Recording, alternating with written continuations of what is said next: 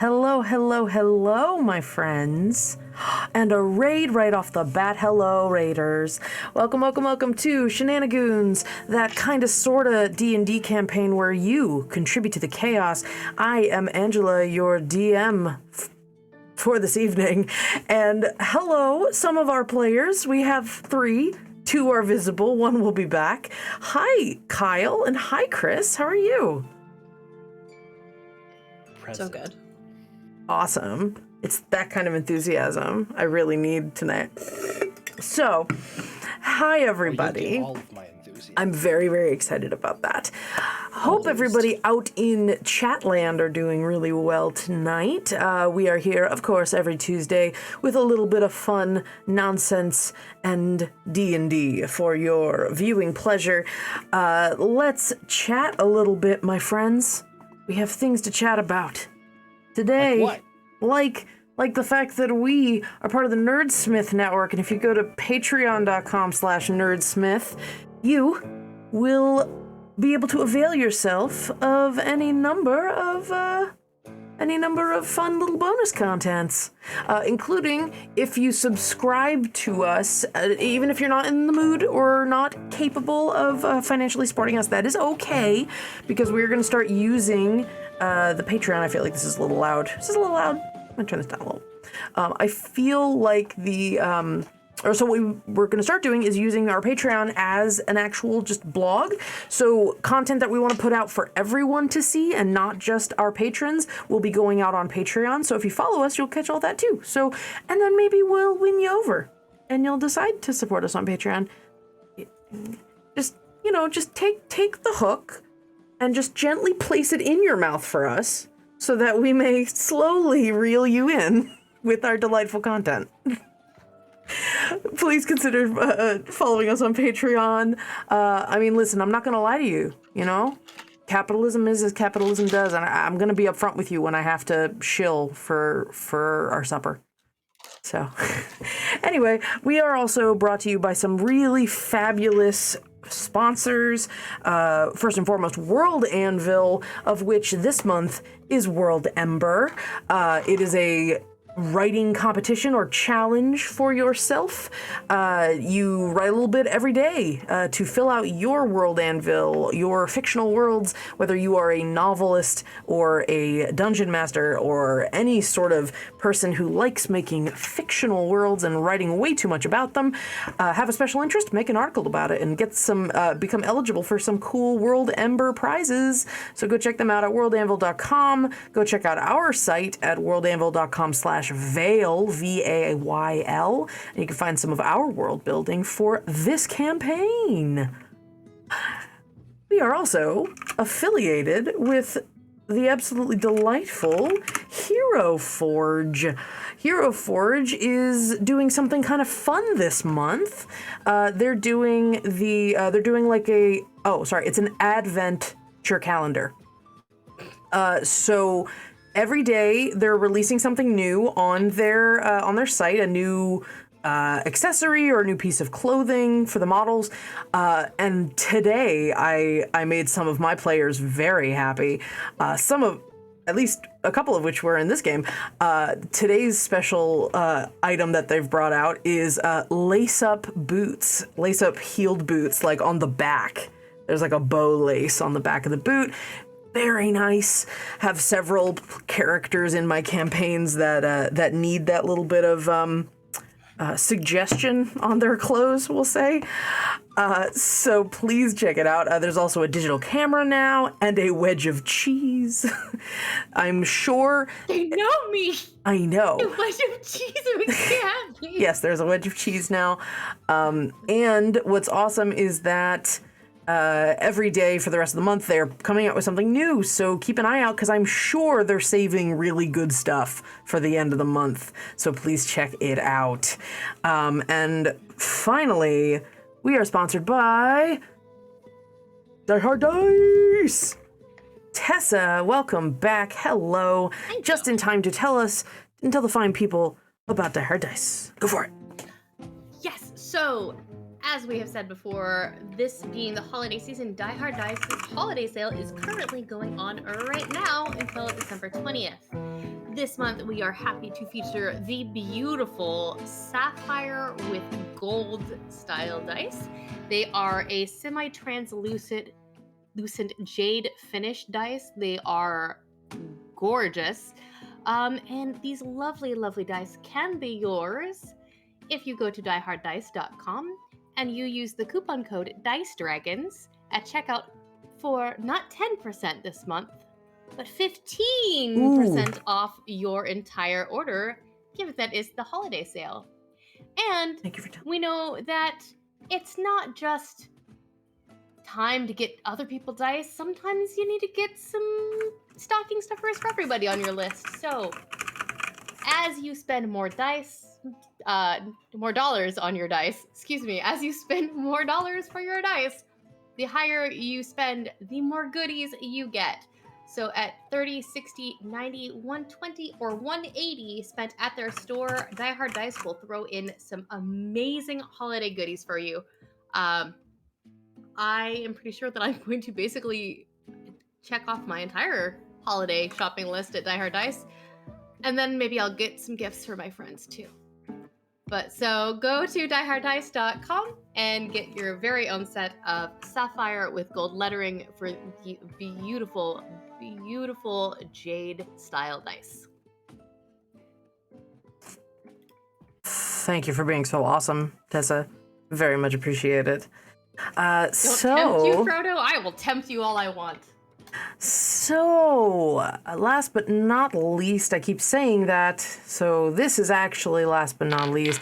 As we've been saying, we are the D&D campaign where you contribute to the chaos, and there are several ways that you can contribute to the chaos, and I'm waiting with bated breath as I've already been DM'd about one. So, good God. with $5, if you tip our show using our Streamlabs link, you can add a reroll to the party's pool. That is a reroll of a d20 at any point during the game. They can use it from their pool. Very helpful, has come in very clutch. $15 forces us to spin the Wheel of Causality. The Wheel of Causality is a series of meta silly content and in-game silly content that we have all consented to, so that you choose the person or character rather that you want to spin the wheel. We will spin the wheel and see what happens. At $25, you help me by creating an NPC to insert into the game. Just give me a little bit of information about them, a name, a little bit about their appearance, their pronouns, and maybe some fun info about them or why the heck they're there. Maybe an inner motivation or something would help me, and I will incorporate them into the session. Now, fine print, if I can't incorporate them into the session tonight, I will incorporate them into a future session, so please be advised that I will let you know if that happens. I wasn't ready for that little speech, so I didn't have the little like stream of consciousness, like fine print voice ready. We'll But I got pretty close. The Micro Machines guy. Yeah. Yeah. Mhm. By the way, if anybody watches, not to promote a different show, but Game Changer on Dropout, Brennan Lee Mulligan playing a thank you, Mouse. That is 4 rerolls for the party. Woo! And Thank one you, for me. Thank you. Brendan Lee Mulligan playing an auctioneer with an existential crisis. Can everyone, not happy with my wife, not happy in my marriage. I love him. I would watch Brendan Lee Mulligan do basically anything. So you've already... can I hear 2? Can I hear 2? 3? Can I hear 2? Daddy, come back. Daddy, come back. They all laughed at me. All laughed at me at school. I have watched Brendan Lee Mulligan make cheese sounds with his mouth, and it was still entertaining. It was too dry, according to one of the other players. Anyway, I made mac and cheese recently, and I'm like, God damn it, Zach was right. Fuck. Thank you, Laura. I was aware that was coming. Thank you. All right. Oh. So, That's terrifying. so. Buttons. Thank you. Button's Yeah. not here right now. No, they're I'm lounging. going to do something a little different today. We're gonna do the recap right now. And then we'll bust right into the game when we start. That's what we're gonna do. So before we get started, let's talk a little bit about what had just happened. Chapter 49, the party continuing through their quest to fuck up a good time for a terrible person, going through a series of fictional worlds within fictional worlds, which is very Inception-y of us. Traveling through books. You have gone through several books at this point and have messed with the symbols that Her Majesty of the Trade was using to successfully transport through them, ideally to find her beloved, the awful Lord of Tales. You have just escaped from a goblin fairy tale book, of which there was a woman trapped in it, apparently since she was a child, who had become a sort of Count of Monte Cristo, Robin Hood kind of character within the book as a means of coping, because the book kept wanting to teach you how to be a goblin, and specifically a shitty goblin, because as Paru, having been raised with goblins, but not a goblin, can attest, back in the day, goblins were kind of shitty. And so it was trying to teach you all these horrible life lessons, like blame other people on your problems and Swear a lot. Swear a lot. You got a lot of brownie points for that one. I got lots of brownie points, yeah. Yeah, you did. Lots of inventive things. And then at last, well, not at last, but it's been a little bit of a will they, won't they, during the course of the story. Paru seems to have made a little bit of an impression on a member of your party.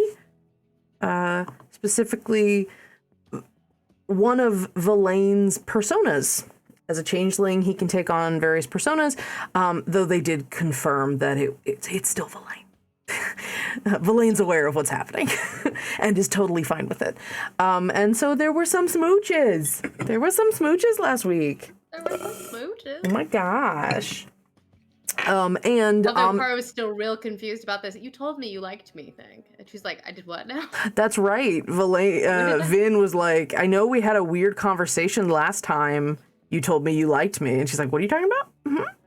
It's almost like when you sell your feelings for another person to a fae, but not the ability to catch those feelings again, you cause a problem for yourself. Gotta love that fine print. So after Amadine, your other NPC party member, was like, please, can we not smooch? I just need 5 minutes without all this lovey-dovey stuff. Opens a portal to the next door, upon which you walk in to a dating game. Yeah. And that's where we're gonna pause, and we're gonna see our intro, and then we're gonna start up right from there. Yay. We're gonna Exciting. T-pose Beza, and we'll deal with it. All right. Be right back, everybody. Bye-bye.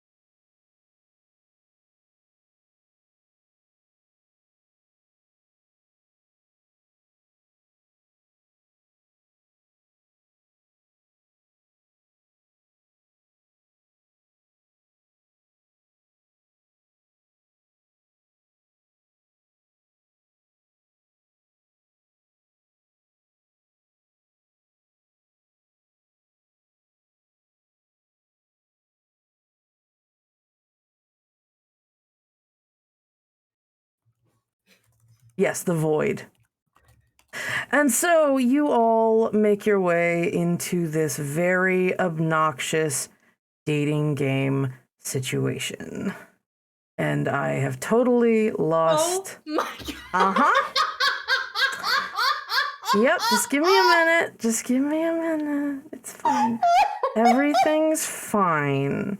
Don't. Does he know you did that? He does know I did. Rather, no, he doesn't know I did this. I did tell him to come watch today, though. Oh my god. Yep. As you are all in the middle of of what seems to be a pirate dating game with a one-handed elven individual with a microphone, fiery red hair. And he has introduced the show specifically as everybody in the audience are these rowdy pirates. And he says, and at last we have our contestants for tonight's episode of Truest Booty. And everybody starts going crazy and laughing and so oh, I'm ready for tonight. Can you all hear that noise? Because I was pretty sure I got it work. No, you guys can, but they couldn't last time, and I want to make sure it works. It should have worked. Did you hear the clapping, everybody? The wooing? Okay, great. The woo girls. Yes, the woo girls. So you all are standing, hoping that this is perhaps a dream. Definitely isn't.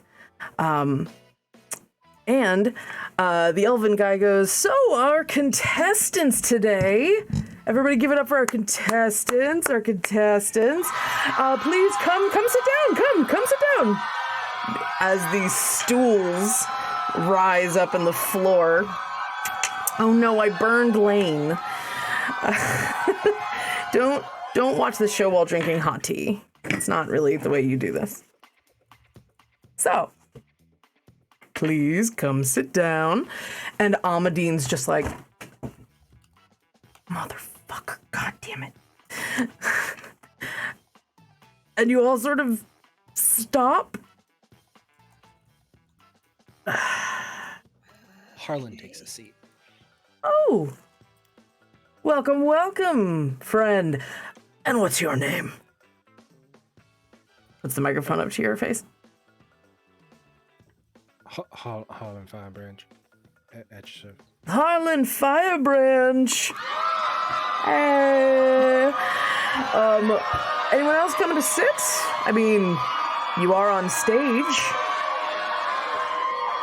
Haru makes her way over and sits.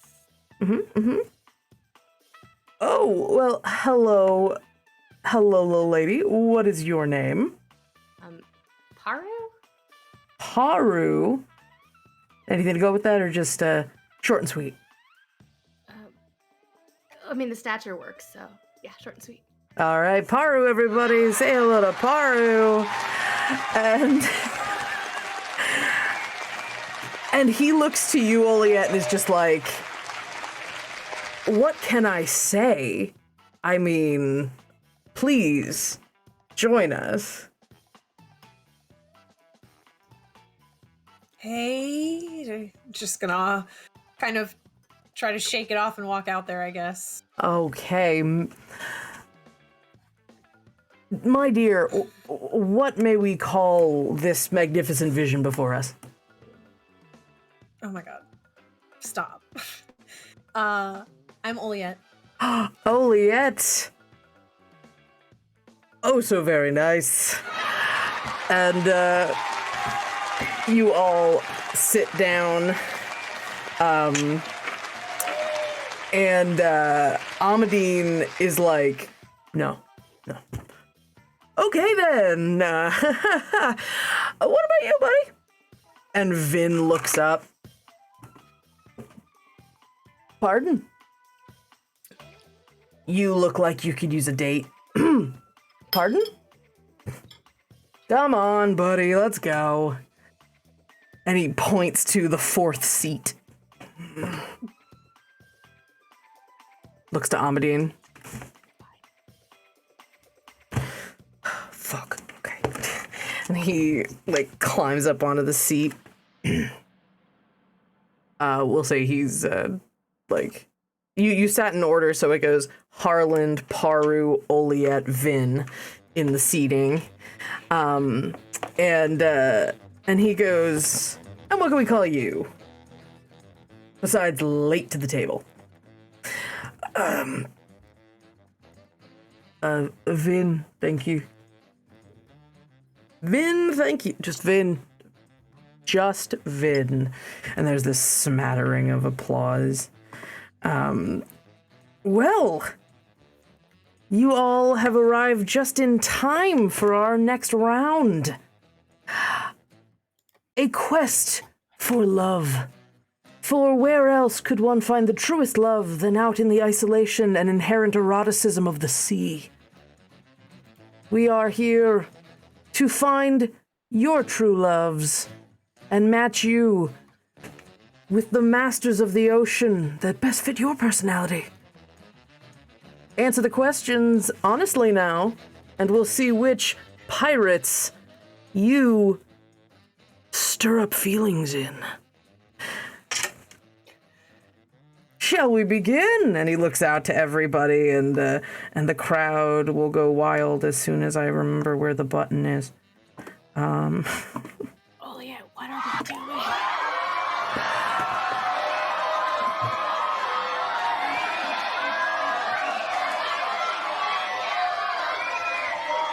That was someone yelling out to Harland, I love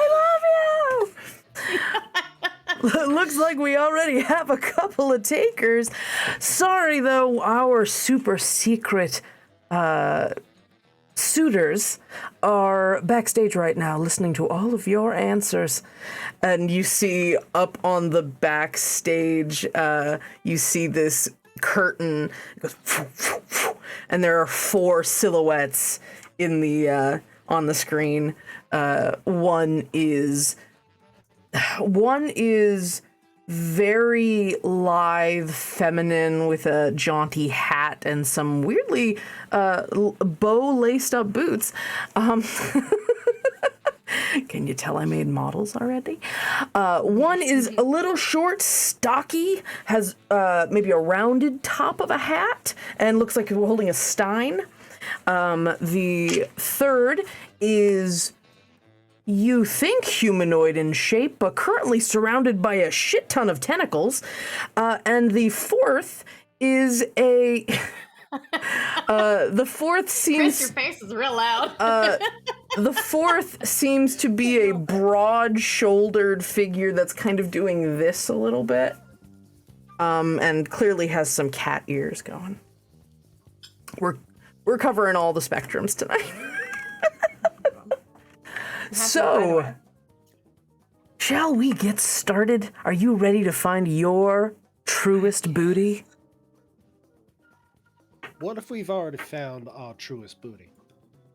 No one ever said booty had to be monogamous, friend. If it's consensually non-monogamous.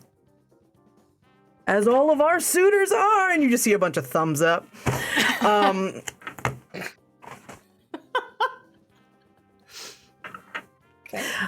So, he says, All right.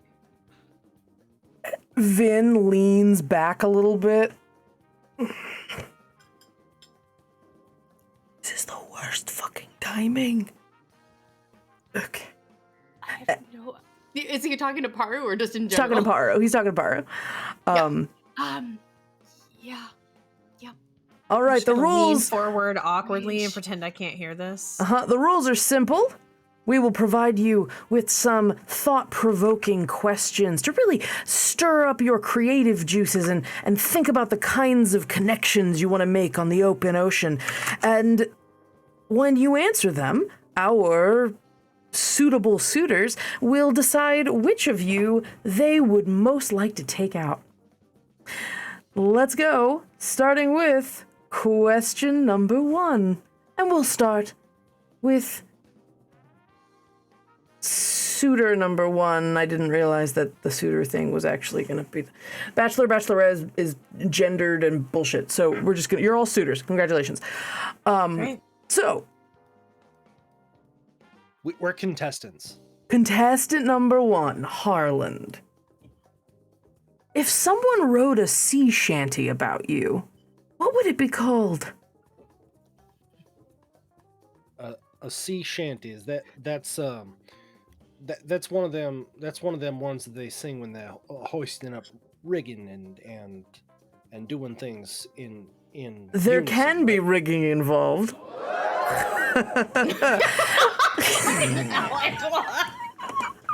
I told you I was ready for this. I'm amazed. What do you say?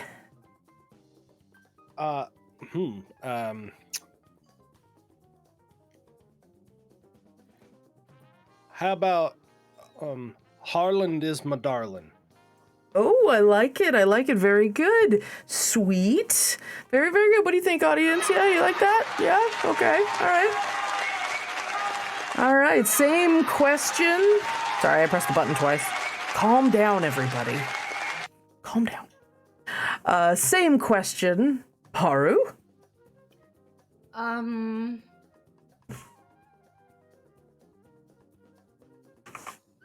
Probably something about good things coming in small packages. Oh, very, very nice. I like that one. That's very good. That's very good. All right.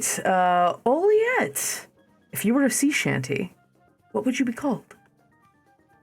I don't know. Shiver me timber. My girl is so limber. Oh, very nice. Everybody, please. Yes, very good. Very good. Can confirm. Oh, wait, can confirm. Hold on. My reputation precedes me. Oh, well, keep that in mind. Keep that in mind, suitors. Oh, there's more thumbs up. Oh my god. Sorry. Yeah, I saw that too, Carter's Caitlin. internal monologue. Am I the only one up here that hasn't slept well yet? internally does not say it out loud. I totally forgot to introduce myself. Hello, I'm Matthew Seabird. I'm your host this evening, and I am happy to ask contestant number 4, Vin. What is your answer? I'm just kidding. I really don't have a good. I wish I had a good like you're in the face of the microphone voice. I don't have one.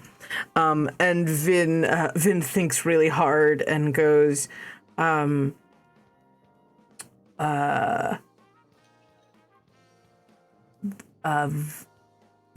in the streets, villain in the sheets. And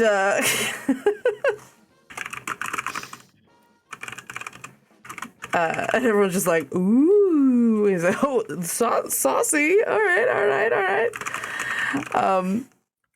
Have you taken notes, suitors? And you see all of the the silhouettes, except for the tentacle one. You can't really tell what it's doing. And he goes, all right. Back to contestant number 1. If you were set adrift and marooned on an island what 3 things would you smuggle with you? If I were marooned on an island,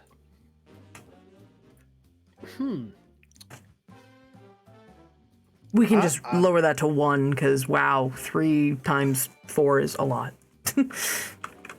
the most important thing, that's an interesting question. The most important thing that I'd take with me to be shipwrecked on a deserted island,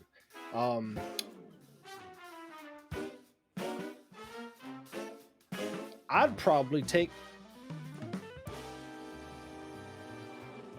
How about a hatchet? That seems pretty practical. A hatchet? Do a lot What? of things with the hatchet.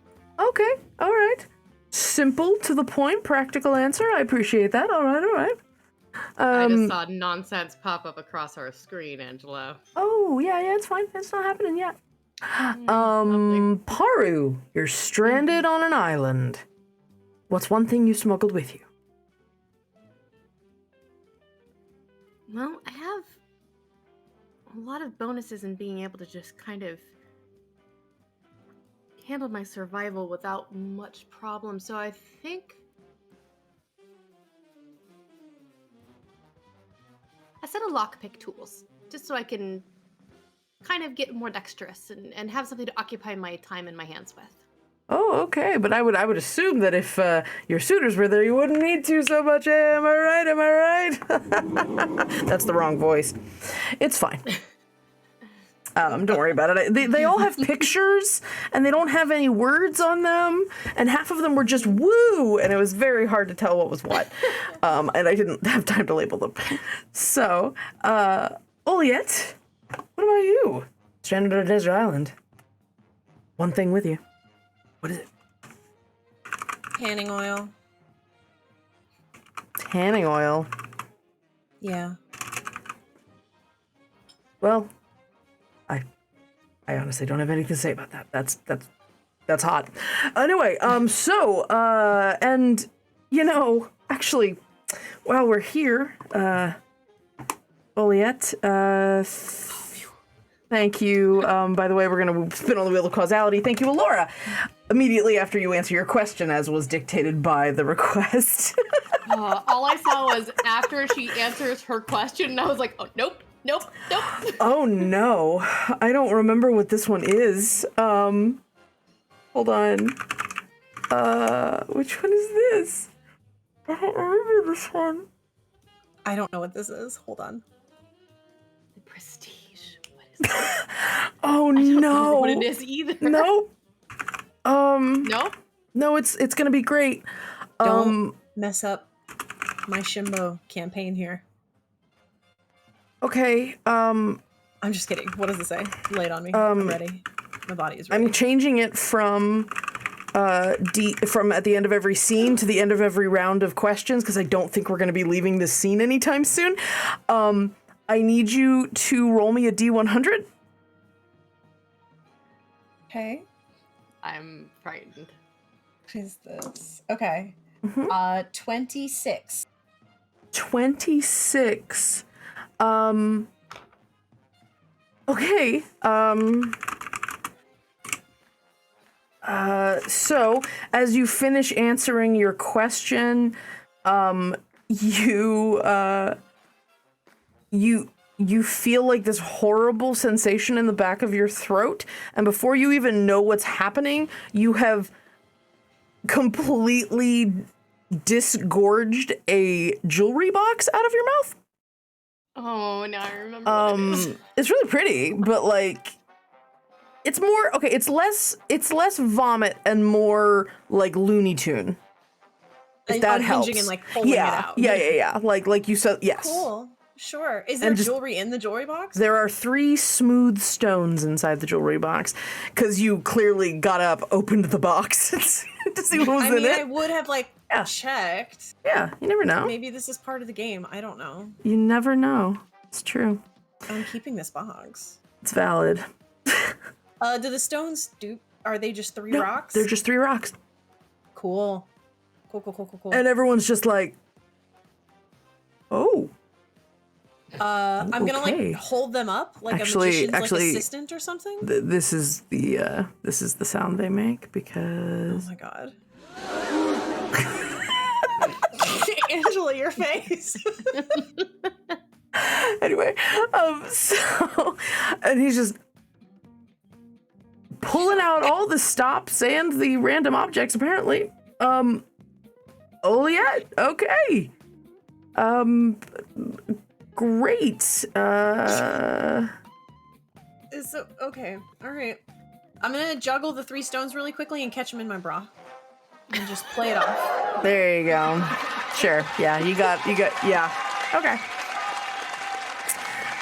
So all right. And I guess Vin.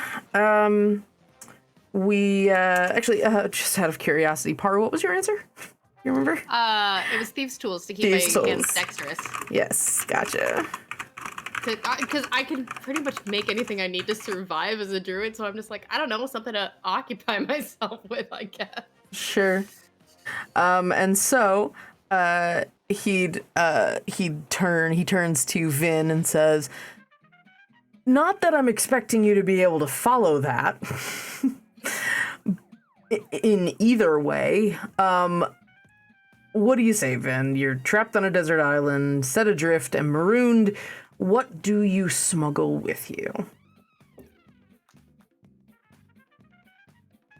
"A good book." "A good book." "The answer wasn't for you?" "Oh, okay. Great." And there's just like this smattering of applause.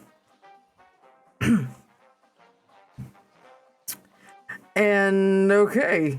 So anyway, back to the top, I guess. Harland, not that I think you're going to have much of a suggestion for this one, but if you were the ship's cook and successfully had plundered yet another shipping vessel, what feast would you cook up to celebrate? Bonus points if it prevents scurvy. Well, I think what I definitely do is take all of the rutabagas on that new ship and just throw them overboard to start off with. Just get them on out of there. Next,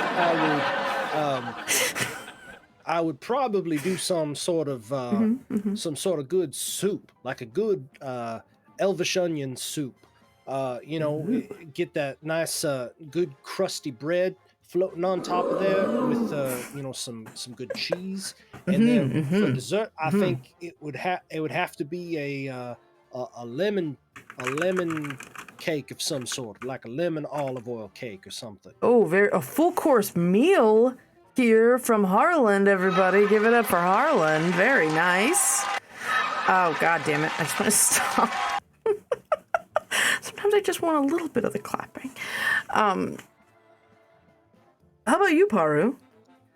What kind of meal would you create from your ill-gotten gains?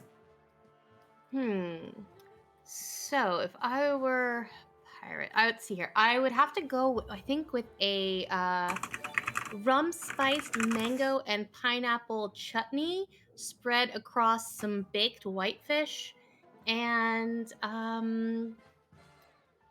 definitely maybe a lime granita in a half a coconut. Ooh, fancy. Can I come to that one? Very fancy. It's very good. Very nice. Oliette, same question. You want to impress with your culinary prowess? I would literally never be the cook, like ever. DM under says any bullshit, situation. but sure. So this is my dating game persona. Oh, DM. gotcha. Okay. I'd never be the cook. Mm-hmm. So I'm gonna have fondue brought onto the ship, and we'll all have cheese and chocolate fondue. Now is and that champagne. fondue brought on at sword point, or have you paid someone to? I mean, it depends on if they're willing to play ball. If I just plundered a ship, do you think I'm gonna pay for cheese? No. All right, valid. All right, everybody, give it up. All right, Oliette, that's good. That was good. And what about you, Vin? And he's like, oh, I got this one. I would... Wait, no, fuck. Hold on. And he's just like, shit. Nope, that was the wrong answer. Damn it. I would make a fruit salad and then just a fuck ton of wine. Simple, to the point, alcoholic. Don't we love it? Yeah.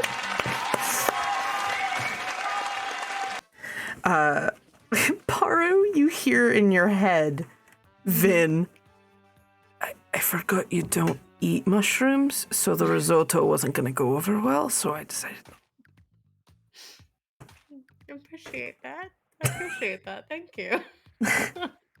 Oh, Oliette, and because Alora's an asshole, roll again on the Wheel of Causality. Again?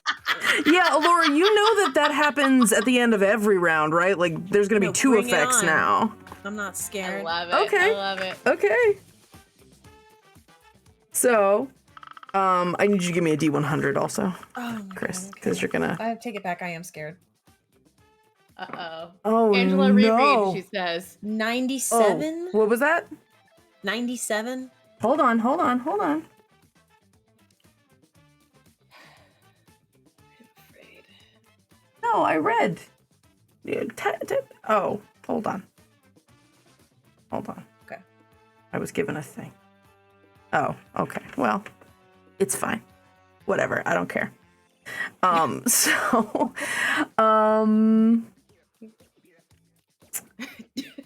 this doesn't really matter, but okay, so the table has flipped and your dice have all gotten switched around.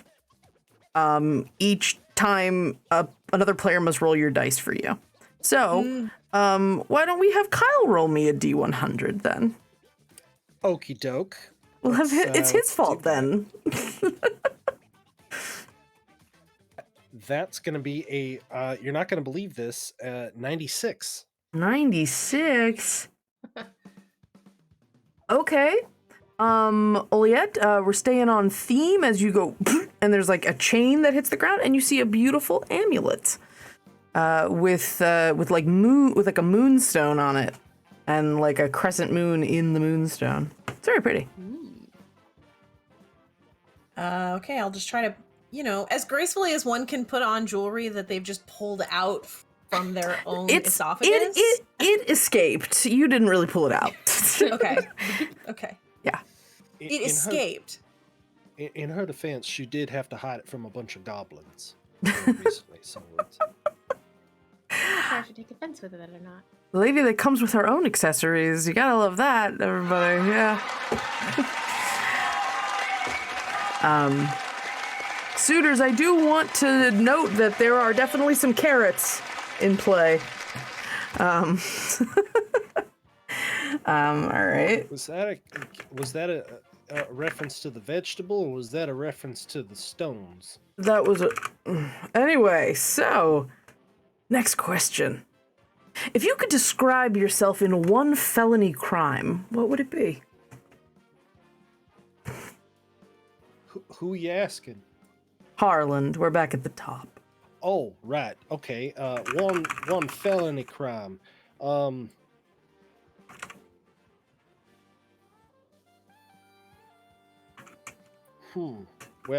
I haven't committed a whole lot of felonies. Vin, can I Valant with do you have any can you name off some felonies that I might be able to use here, cuz it's Psst, Harlan, it's a crime that you look so good.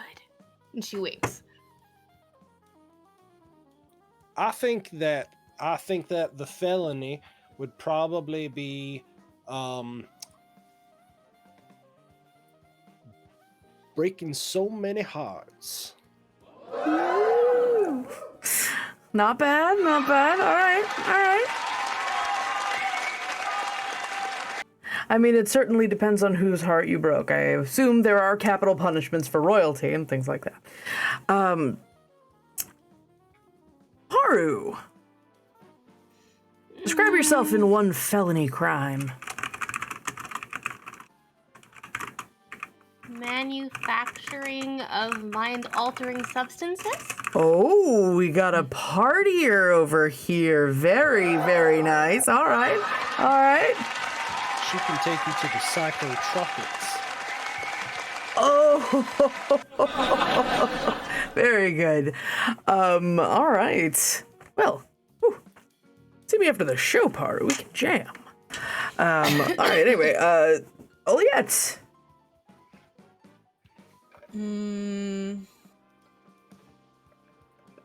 If I was a felony? If you could describe yourself in one felony crime. Man-eater. Cannibalism? Is cannibalism a felony? Probably. It's murder. Technically murder if you didn't do the murdering. You just were like, oh my god, here's a free meal. Like, is that a felony? These are the questions we need to ask ourselves. This is the conversation I'm having with Matthew, by the way. Oh, okay.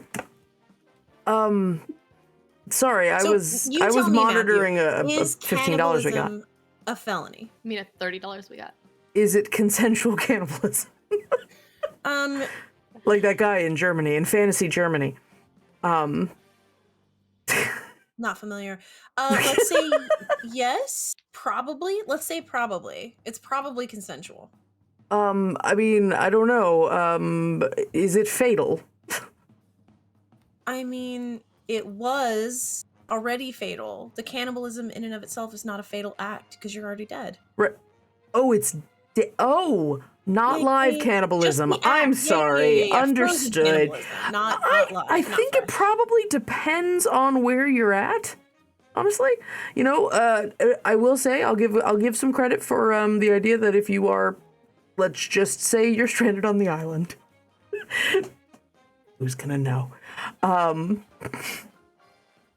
You have like a thanks everybody, and there's a slow clap.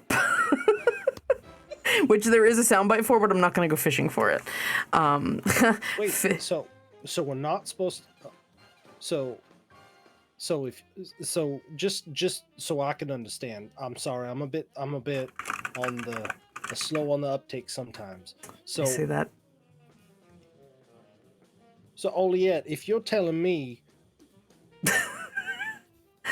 You know, I didn't think I was going to be able to leave you guys to talk to yourselves during the session, and I'm so glad I'm wrong. I shouldn't eat you. Hold on. There's wait. Ooh.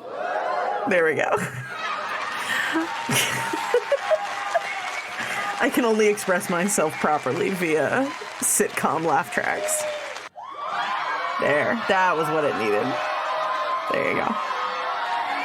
That is a spicy secondary question there, Harlan. But Vin, don't think you're getting out of this one. Fuck. So, if you could describe yourself in one felony crime, what would it be? I'd probably have to say...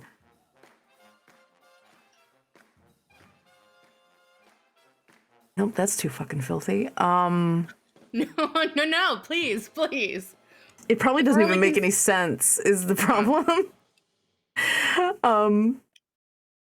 I'd say probably, I'm really bad at this. This was Angela not prepping for Vin to be part of the game, and I'm dumb. He says, probably identity theft. Because I've been convicted of that multiple times. Everyone's like... I was actually laughing. Strangely literal and, okay. Cool. Vin puts the rod in fraudulent. What he said... Hey, yep, Harlan saved it. Harlan once again with the assist here. He's gonna need it. Also, because Alora's terrible, Kyle, you're spinning on the wheel of causality. Yeah. Okay. What are you gonna say? Are you gonna defend? Are you gonna defend it? Are you gonna try to? No. I was gonna ask, like, are everybody's dice switched? So like, is somebody else rolling for me? No, I'm gonna say just Oliette. This is gonna be incredible. You got word vomit. For the rest of the session, it says for the rest of the session, you must narrate your inner thoughts out loud.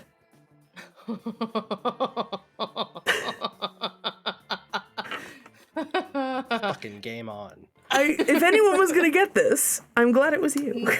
Yeah. Me too. All right. So. Kara would just be panicked the entire time, so. All right. Well, I guess we're back at the top here. She's asked me that so many times. Oh. We just got into Shenanigans After Dark, apparently. Hi, everybody. Buckle up, kids. Harlan, eye patches and peg legs are so last week. I like his hair. Thank you. Eye patches and peg we legs. all here? Wait a minute, Oh. wait a minute, wait a minute, wait a minute. Okay, wait all a right, minute. all right, We all all right. here, Kyle? Hold on. I mean, Yeah, Harlan's he's talking inner out thoughts? loud. No. Here, let me double check. Let me double check the rules. Because In game. no. In game. It says in game. You must So we in all- game. Everyone can hear him talking his things out loud. So, Oh my so God. Harlan, eye patches and peg legs are so last week. What do you think the next fear-rousing pirate fashion trend will be? Don't say nipple rings. Don't say nipple rings. Don't say nipple rings. I think that it's gonna be nipple rings. You said nipple rings, didn't you? Yep. Oh, Leah's just like leaning forward in her chair, looking at Harlan like, Is she okay? Not remotely. No, isn't she? She's staring at me right now. I can see her eyes boring into the side of my head. Paru. What say you? Facial scars. Facial scars. Interesting. You've been looking at my notes. Or freckles. Freckles. How come? Freckles are cute. Oh, all right. I appreciate that. We'll let that. Yeah, they're cute, isn't she? Yeah. Yeah. She's got the cutest set right above her hips. I can't hear anything Kyle says because the woos are too loud in my ears. It's wonderful. That's all right. probably for the best. For the game shows not to know. Oh, absolutely. Also, Laura being such a nice person. Tessa, we're gonna have you roll in the wheel of causality now. As you all have something. Oh, hey Paru, you got word vomit too. Oh, no! This gonna be fun. great. All right. So weird. Oliette, usually the one with the least amount of, or no, not the least amount of subtext, but gets to be the only one with subtext in this episode. Okay, wonderful. Oliette, it is your turn. Eye patches and peg legs are so last week. I mean, obviously you have an opinion here. What do you think is the next fear-rousing pirate fashion trend?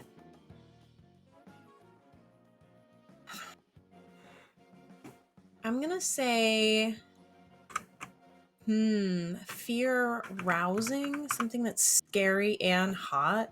Mm-hmm. Like most of this game has been. It's better Yeah. not awaken anything in me.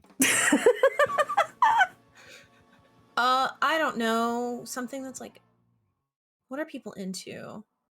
Oh, Lame. nope, that is. You know you have a hot mic. You know that. He's kind of hot. Actually, my name is Matthew, but thank you.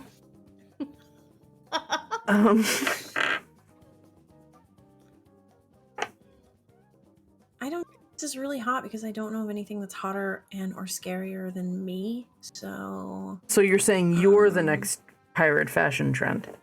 Yeah, but if I say She has that, a then I'm tongue already twister. not the next trend. Like once you say it, it's already dead. So it's like I'm hesitant to even put myself in that position. It's over once you say it. So Sure, Yes, sure. yes, let's just yes, all definitely. understand that it's me and nobody says that aloud. Okay, so everyone agrees. No one say anything. Yeah? Okay. Vin, what about you? And Vin's just like smirking over at Paru right now. I'd have to say, detachable hands. It, you know, nice to have something useful, portable. And, he takes his hand up.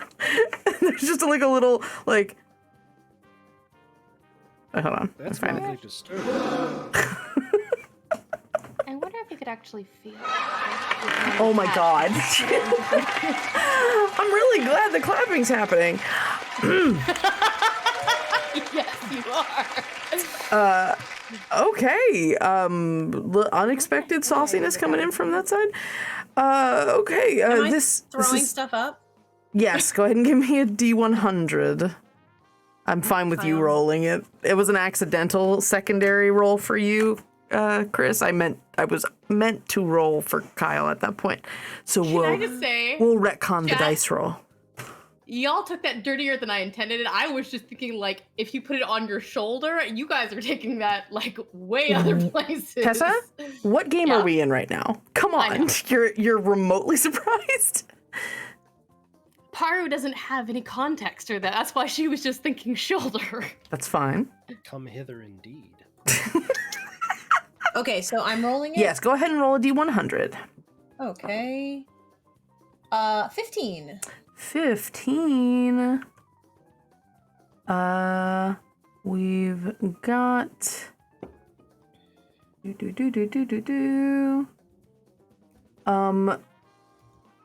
A dagger. Ding, ding, ding, ding, ding, ding. Does she even have a gag reflex? The answer is no. I'm gonna reach over and grab that dagger. I thought you were gonna say you grab Matthew's microphone.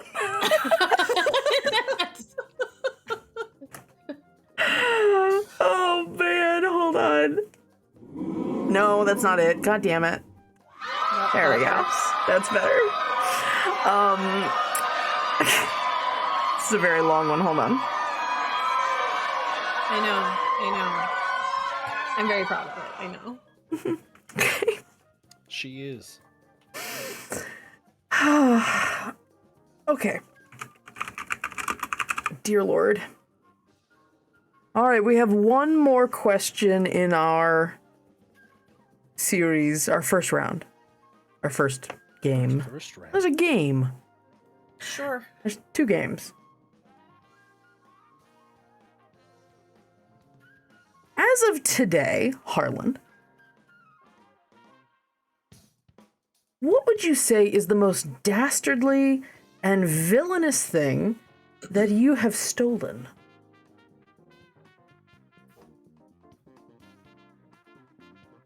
What have I stolen? Have I stolen anything? Have I actually? What have I stolen? Hold on. There was Aunt Monty's apple pie. There was that one time that I stole. We only need your answer, Harlan, just for the record. Just thinking. Now, hold on. I'm thinking.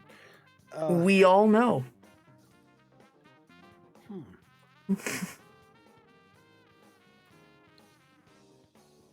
I'm gonna have to say a kiss. Yeah, that was a Oh. really good one. Ooh. Oh, it's very. And how'd that work out for you, Harlan? It continues to pay dividends. Ooh. All right. Very well. Congratulations. And congratulations to the lucky so-and-so. Paru, what is The most dastardly and villainous thing you have stolen. So I don't know. This is really, really difficult because I don't think I've ever actually stolen anything. A letter. I stole a letter. No, I didn't. I just tampered with it. Oh shit. Like the letter A. Like a missive. What I'm getting here, Kyle, is that there is no difference between Arlen saying his inner monologue out loud and him not saying his inner monologue out loud. Oh my goodness. I think I stole a piece of pie from Toshi once. I'm gonna pretend I know who that is. Okay, a piece of pie. All right. It's a child. She stole a piece of pie from a child. She stole a child? She stole a child? No, That's I way didn't more. piece Oh, of everybody. And the whole crowd goes wild. We've got kidnapping on the board. That will certainly increase your points. Oliette, Points? can you outdo Paru here? I mean, I've never stolen a child, so no. Is that my Anything else villainous and dastardly, though? Okay, first of all, villainous is subjective. You know what I mean? Like, Of course. who's really to say my suitors. heroic And needs? Well, sure. You see the thumbs up and the tentacle. Yeah, I'm looking at you. So who's to say that my heroic is villainous by somebody else's name? Like, you know what I mean, So that's 100% two sides of the valid. Same coin. That's 100% valid, Oliette. I don't steal things. I take what is owed to me. So Oh. I don't really think this question applies. Well, then what is the greatest thing that's ever been owed to you, Miss Oliette, that you have, commandeered?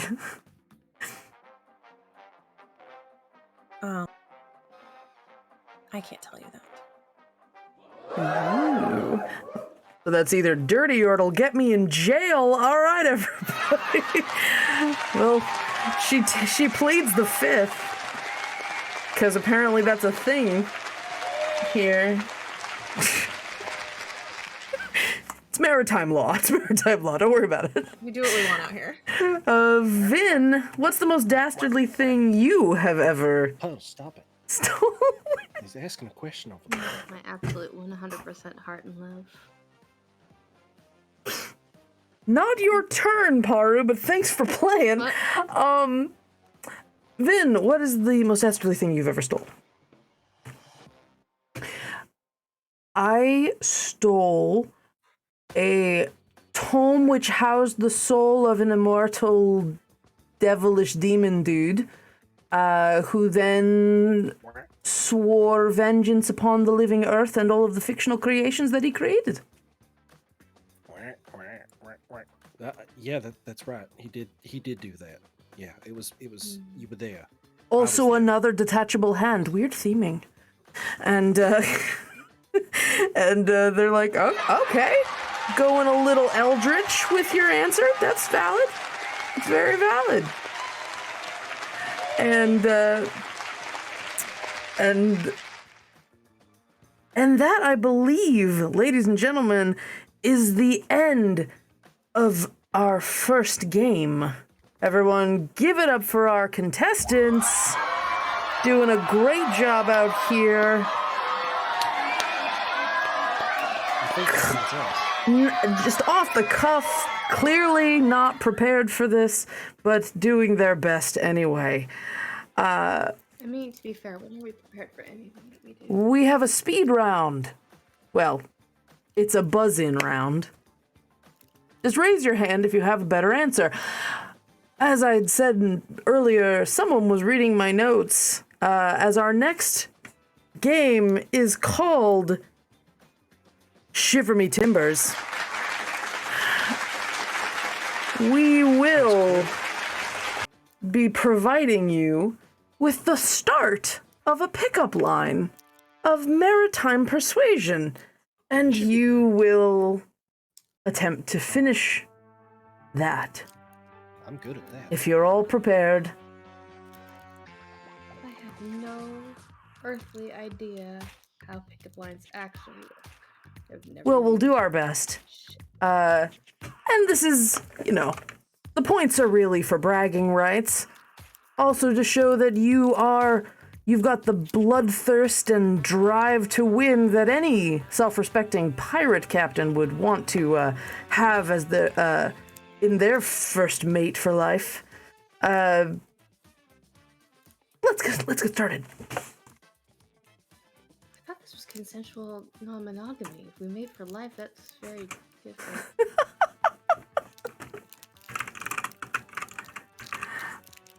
Are you a gold doubloon? Because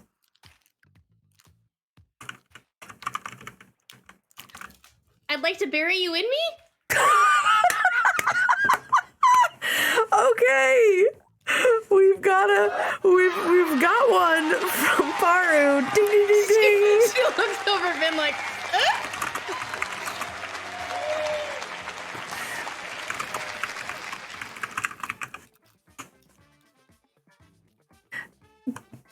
Line number 2.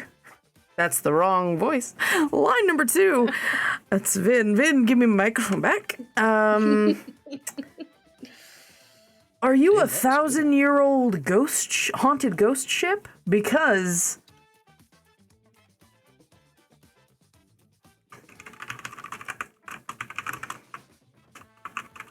you could moan and creak with me all night long. coming up from behind, we have unexpected wit upon Miss Paru.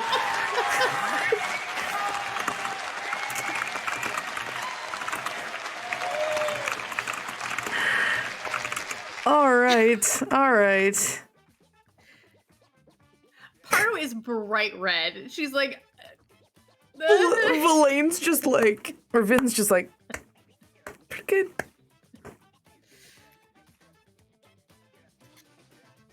Are you a bounty on my head? Because I'm laying it up for you. Come on.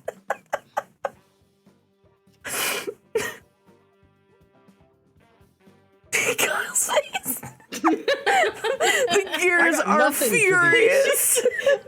my brain just went blank. I'm like, oh.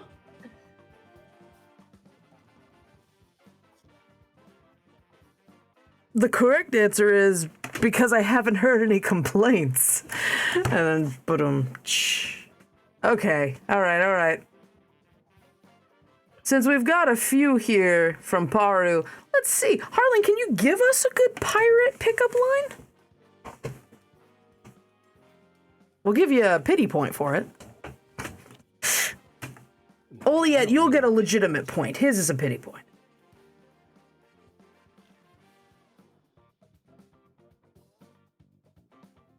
No, that's not my peg leg.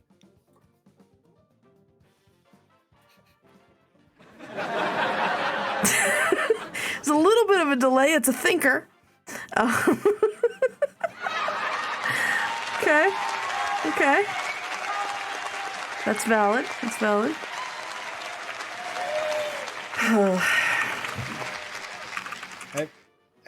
Have you heard my parrot? Everybody, have you heard his parrot? No. Bonnie wants some fuck?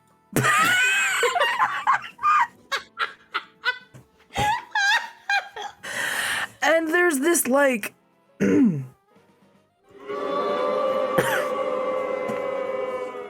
as a blue parrot in the audience, a blue Aarakocra's like, that joke was bad and you should feel bad. I know it was. I'm sorry. Also, it was kind of racist.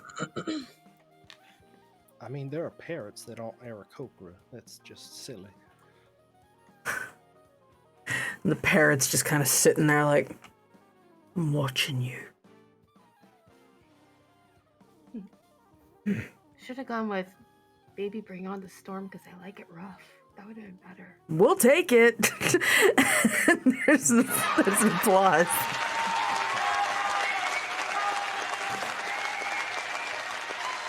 What say you, Oliette? You got a good pirate pickup line for us? I mean, I've never done the picking up. Like, I'm always the prize, so no. I just sit there and look pretty. That's how I do it. Well, you gotta love the confidence, ladies and gentlemen.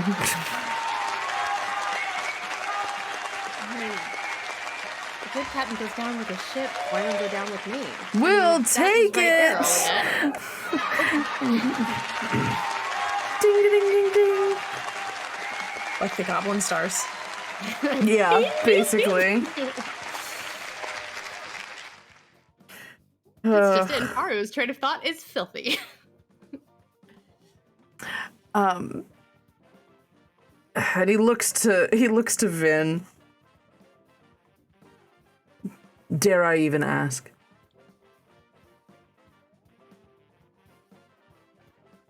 He leans forward. Oh, God.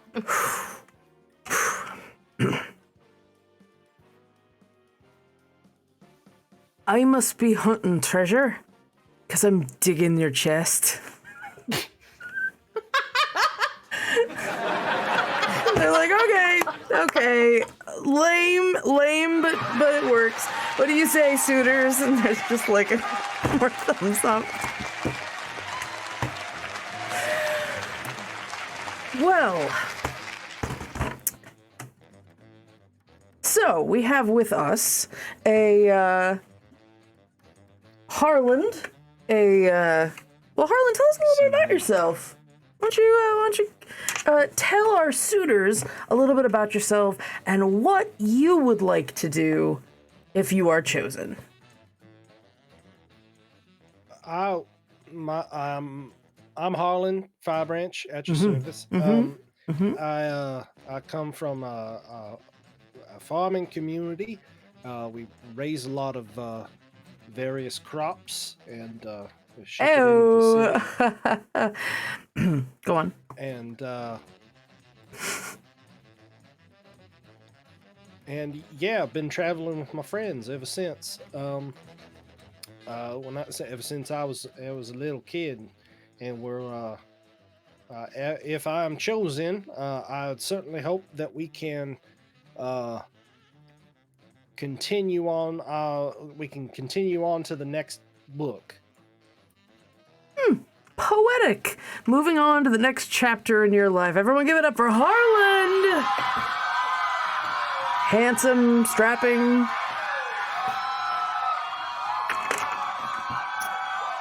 Strapping. I don't like being tied down. That's funny, I do. Well, Vin's just like... Haru, why don't you, I mean, you seem to have told us plenty about yourself. Why don't you tell us a little bit more? Oh, yeah, I'm Haru. I'm one of 20 kids. I like nature and druid things. Like mushrooms. Have a Vin goes, but not to eat. Not to eat. No, right, not right, to eat. not to eat. I remember that one. And just, I guess, looking for the right person to tell me strike your panties and be prepared to be boarded. And she says that looking at Vin. Everyone, give it up for Haru, unexpected little firecracker tonight.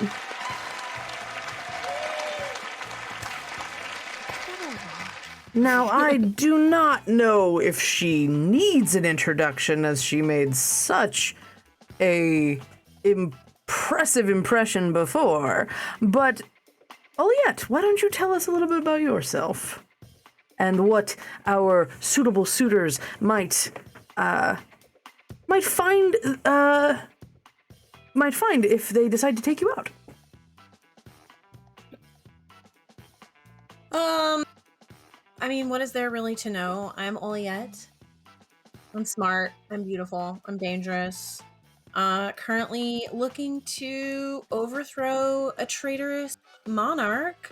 So if you come with me, if we make ourselves allies, you know, you could see riches and fortune and glory untold, or you can like just keep, you know, sucking and not having me in your life. To the God, point. she's hot. I think we all agree with Harland here, who keeps talking into his hot microphone. But we appreciate a man who says what he thinks. Vin, what about you? Anything to say? I'm a fictionalized persona of a person who is thoroughly uninterested in this exercise. Oh, that explains it. Okay. No. Everyone, Wow. give it up for Vin. You're playing even if you don't want to. You got a few fans out there, Vin. Apparently, they like apathy. So, our suitable suitors, are you ready to confer and choose the contestant you would like to take out? And there's like thumbs up. Like, all right. Well, we'll be right back after a message from our sponsors, and when we do, we'll find out who they've chosen as the truest booty. And there's applause and stuff. And then the lights kind of dim. Okay. The lights kind of dim for a second. He's just sort of kind of loosens his collar, just pretends like no one's watching him, as everyone in the audience is just kind of really quiet. Oh my god. Y'all did a really good job. I need to- Did a good job. Angela, I rolled an 86 for my last round. Okay, thank you. I forgot. I just remembered. This is a very strange position to be in after confessing feelings for somebody who's also a contestant.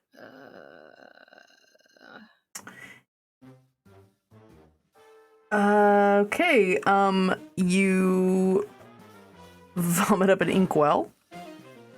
It's handy. It makes you a little nauseous when you look at it, but that's what the description says, but we all know why it does, because you just threw it up. So, so where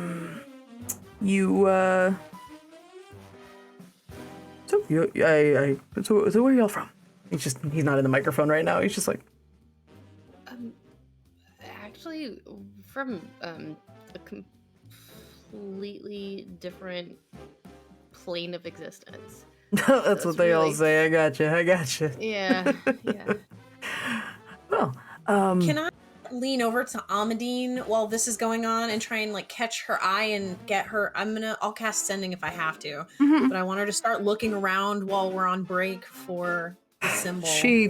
She nods with a I'm already on it. As you look around, you see Beza and your other additional party member, Malfrida, poking around in the stands.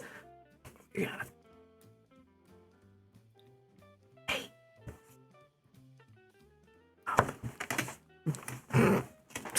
And so you all get a moment to collect yourselves, and after a split second of consideration, you hear like a little like beep beep beep, and he's like, "Oh, okay, we're gonna be back in about 10. So just sit tight." look great. You need any touch-ups? You're good? Everyone's good? You're good. He looks at Oliette. You're fine. You take a 10 compliment. minutes or 10 seconds. What? Beep, beep. You suspect 10 seconds. These chairs are really comfortable, I must say. You just say what you think, don't you, buddy? It's good. It's a good look. He's talking to me like I'm talking out loud, but I surely shouldn't be talking out loud. You are. You have You both are, definitely actually. been talking out loud. The two of you are What? saying it's Yeah, like a weird one of stream you- of consciousness thing. One you're of you doing? far more interesting than the other, though, I must say. What do you? What? Thank you. I wasn't talking That is about fair. you. No, don't let him have. No, but he's definitely the more charismatic of the two of us. He It's would just that- it's absolutely- just Oh, that but everything you're your thinking, inner you're saying. thoughts far more interesting. Why? Why? Don't ask me. You're the ones who did it. Anyway, Well, okay. and you hear applause. Welcome back, everybody. I'm Matthew Siebert, your host for this evening of Truest Booty. We're back with the reveal of who our suitable suitors have chosen out of our contestants. Let's introduce them. Starting with... He is a gentleman who has spent his entire existence hunting down all sorts of civilization in his steampunk airship. We have Commodore Slate, and the gate curtains open, and you see this little Duragar, this deep gnome dude with pale skin, bright red eye, and a little monocle. He's got a bowler hat and a stein, and he's just like, let's do it! And he just walks up, and Vin's like, I kind of like the cut of this guy's jib. And he walks out, and Little fella. he walks around. He's just fucking jacked. And he walks over, adjusts his little monocle, and stands next to Matthew. And he goes, Commodore, Jesus Christ. Commodore, who is it that you have chosen to take out this evening? Well, it was a tough choice, but I respect someone who speaks their mind and wants to, make sure that people know how valuable they are. I would very much like to take out Miss Oliette, if that's possible. Oliette, Commodore has chosen you this evening. Congratulations. And there's clapping, and he lifts his bowler cap, and it's just bald to the back. Like he's got the side hair. And he grins, and he's Harland. That's rough, buddy. he grins, and he's got these little tusks. Very good, very good.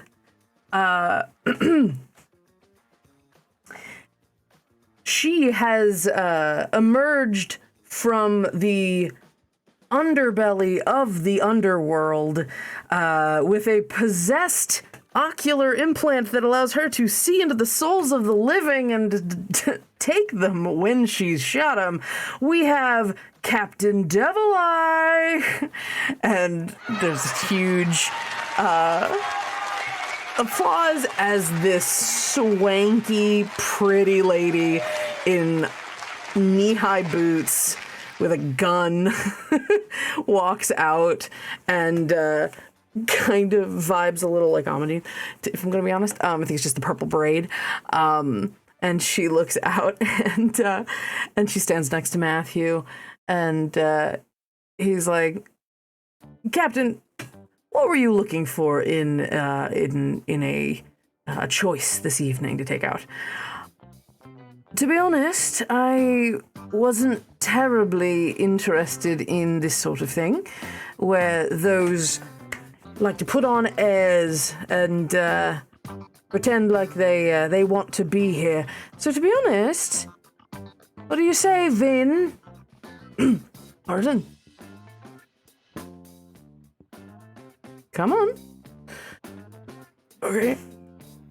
And there's just this like, oh, there's no one accounting for taste. Okay, everyone for Vin, yeah. And Vin walks by and just kind of like elbows Matthew. Oh, okay.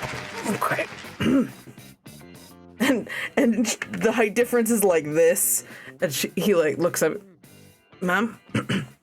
That's right. And she walks away. I can't compete with that. Next, we have a groan from my dog behind me. The curtain parts and the tentacle thing emerges. You see a pair of blue glowing eyes, as you also hear this like walking forward. He goes, left lonely in the dark, desolate depths of the ocean, to befriend, well, perhaps not befriend, but at least to harness the power of a great old one deep beneath the ocean. We have Wreckage the Unsinkable, and it's this Warforged dude surrounded by tentacles. And he's just like, it's like Doc Ock, but with a tri-corner hat. And he walks forward, and the tentacles sort of like emerge from the ground as he walks, and he also has like mechanical ones around him. And the Warforged kind of with his hat. Wreckage, what say you? Who would you like to take out this evening?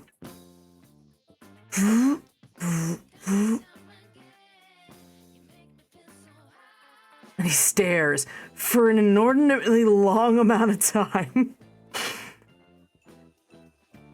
And he goes,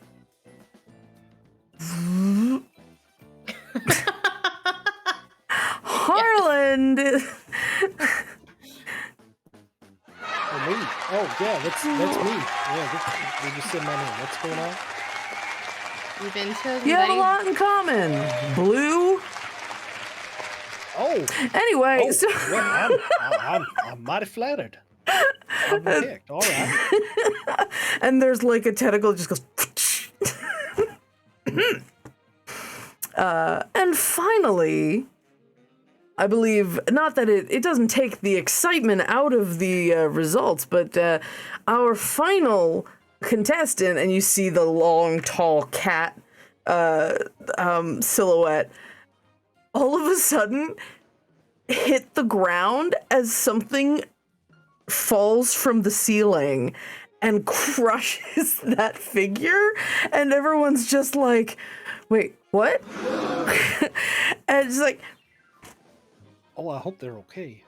the thing that fell on the cat figure stands up, and you see this big hat and these two swords in their hands. Like, listen, I paid an editor good money to put me in this magazine. I'm gonna stay here. And the curtain opens, and you see a short goblin woman that you have met before.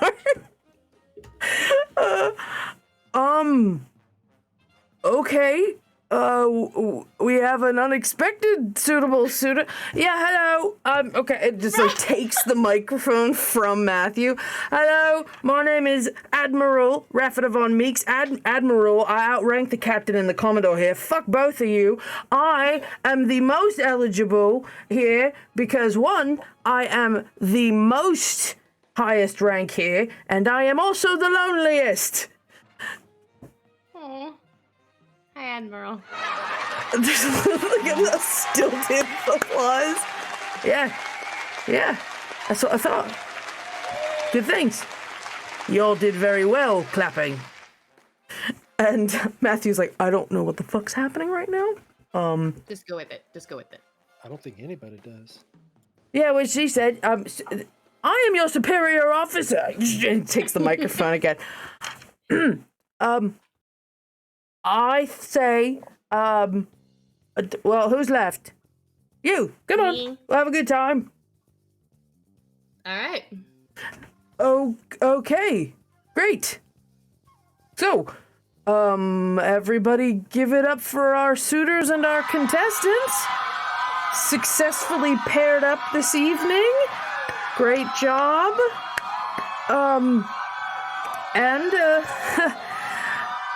Okay, stop. We, as with all games of, hold on, I need my microphone. As with all renditions of Truest Booty, our suitable suitors choose the contestants they would like to take out, and now we have come to our favorite part of the game. They attempt to take you out. And all of them pull weapons on you, and I would like you all to roll initiative. No, not me against Rapid. You get a sense it's a team v team thing, but they are focusing. Have we rested? Nope. Since the Goblin Trials. No, you have not. A Great. 13. 13.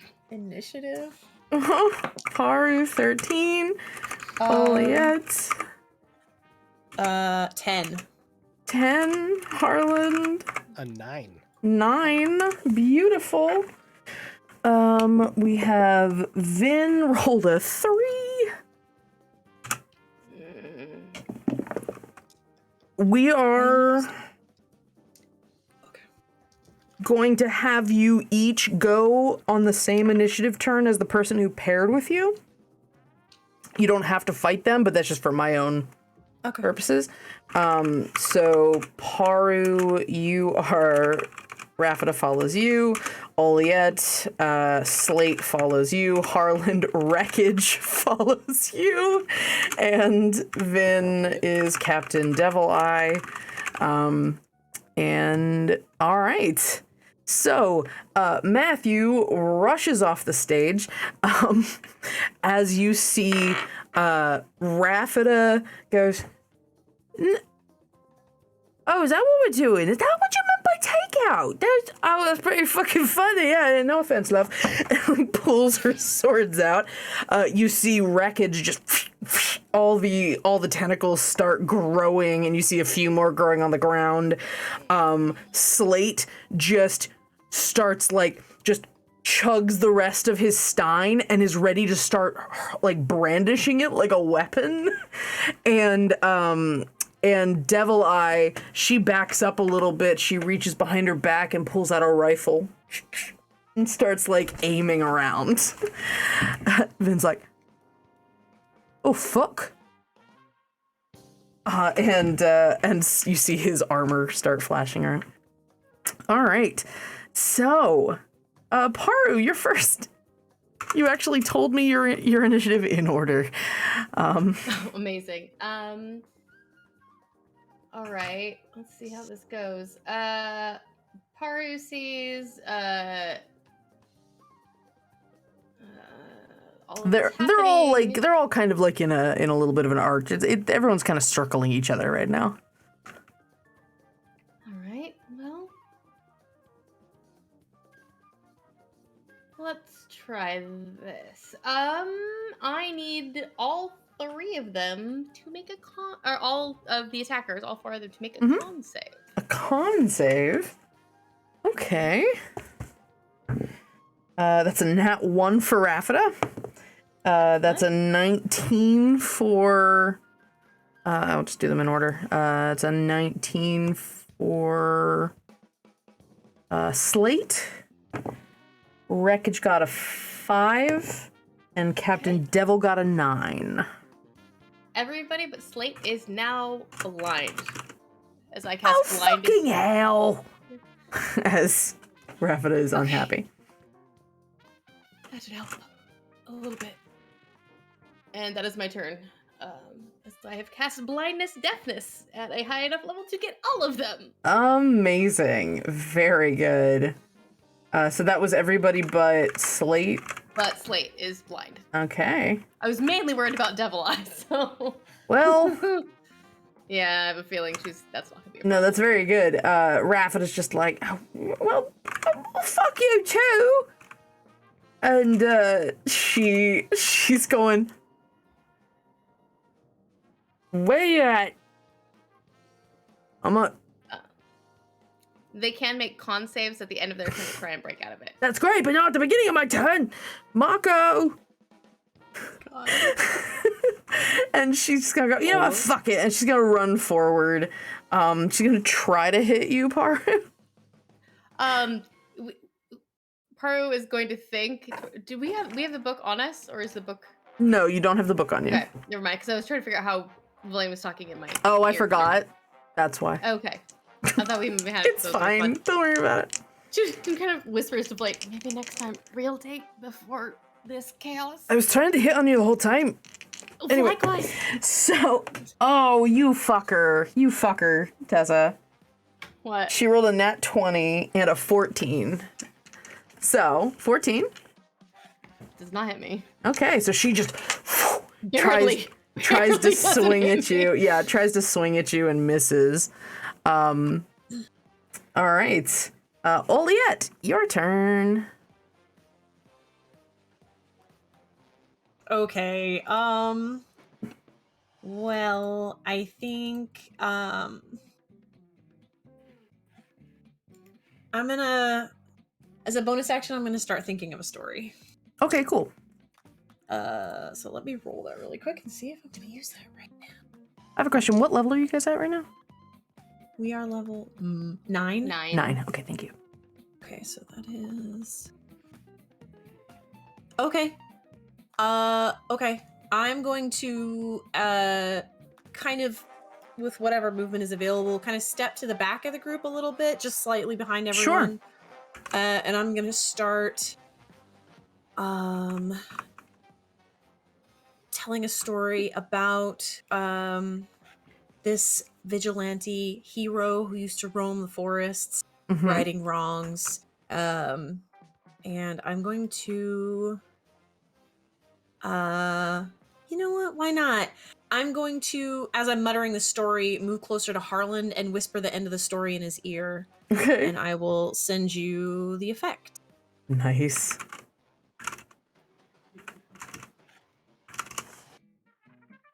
Okay. Is that all you do, or do you have more? That is all I'm gonna do. Okay, then you have Slate, who is not blind, looking around. And he looks to the person he chose to take out this evening and, starts barreling towards you. Ha! Because he's got a Stein. And he rushes forward with the Stein and takes a big ol' swing at you as his eye gets redder and redder. And he starts screaming at you, and he will recklessly swing his Stein at you. That is a 17 to hit.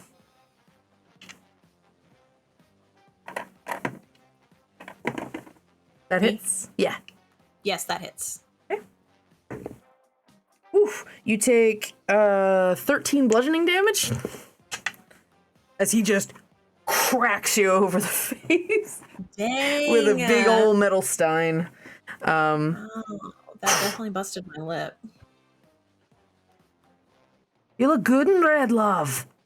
And just swings back with another swing because he's got 2. That's a bad. Dirty 20. Oh, sure. Yeah, of course. You take 7 bludgeoning damage. I'm gonna go ahead and use the effect that I just got from Oliette to what's your bardic inspiration die? It is an 8. Let me roll that really quick. That's a 6. Okay, so he takes 6 points of force damage. Nice. Oof. Hey, lay off her. All's fair in the game, son. Sorry, Sonny Jim. Because he's Billy Connolly now. Oh, Jimmy Jim. Anyway. I regret nothing. So he just like, ow! That kind of hurt. Right? Just a little. And he looks at you and kind of snarls at you, Harland. Okay. So that was a reaction. Is that a reaction or was that on your turn? Okay. It's a So reaction. Sorry, I was Harland, muted. it's fine. Harland, it is your turn. All right. Harland is, because he doesn't like getting hit, is going to cast Mage Armor on himself. Nice. Which will raise my AC, which is nice. And then, how you doing, Shug? How you doing? You doing good? You all right? You good? All right. Yeah. Everybody look at me. Y'all doing good? Y'all doing good? Yeah? Yeah. Yeah, Yeah, I'm good. doing All fine. right. All right. You feel inspired? Excellent. Gain 5 temporary HP. You feeling good? You feeling inspired? Amazing. Oh Wow. god. As a bonus action, spend 1 use of Bardic Inspiration to grant 5 temporary hit points to 3 creatures you can see and that can see you within 60 feet. Everybody look at creature- me. Each creature can immediately use its reaction to move up to its speed without provoking opportunity attacks. Hell yes. Ooh, So, nice. go ahead and tell me in general, do you run away from the person, from people in front of you? Yeah, I'm going behind Harlan because that really Okay. hurt, and I'm looking kind of rough. Awesome. I am moving into position to be more of the brawn and muscle. As Beza's not here, so She's not. And I'll choose Vin as well. Cool. So yes, Vin also, Vin is not going to run and hide because that's not his class anymore. And he's going to just kind of reach back where there is nothing and you see his long sword appear in that like ripply rainbow. And for my that was a bonus action, so I have I use my action to cast Mage Armor, bonus action, reaction, I'm done. Okay. You see Wreckage, the horrifying Eldritch Warforged, which has been blinded, and when that happened, you see the lights in front of his eyes flicker out. And then you watch the tentacles start tapping on the ground and like moving forward towards let's say towards Harland, towards his date. He is reaching out with the tentacles, like lashing in a furious swarm. He has blind sight, so he gonna hit you with his whirling dervish of tentacles. What the? That is a 16 to hit. Probably. Okay. Mage Armor, 13 plus Dex. Yeah. Cool. All right, so he is going to slash out at you with these magical tentacles. And you take 13, 15 slashing damage. Okie doke. And 4 psychic damage because it's really fucking creepy. And that wasn't very nice.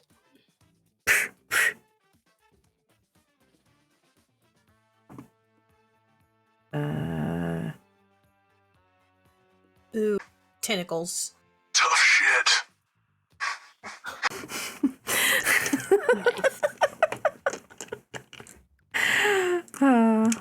So,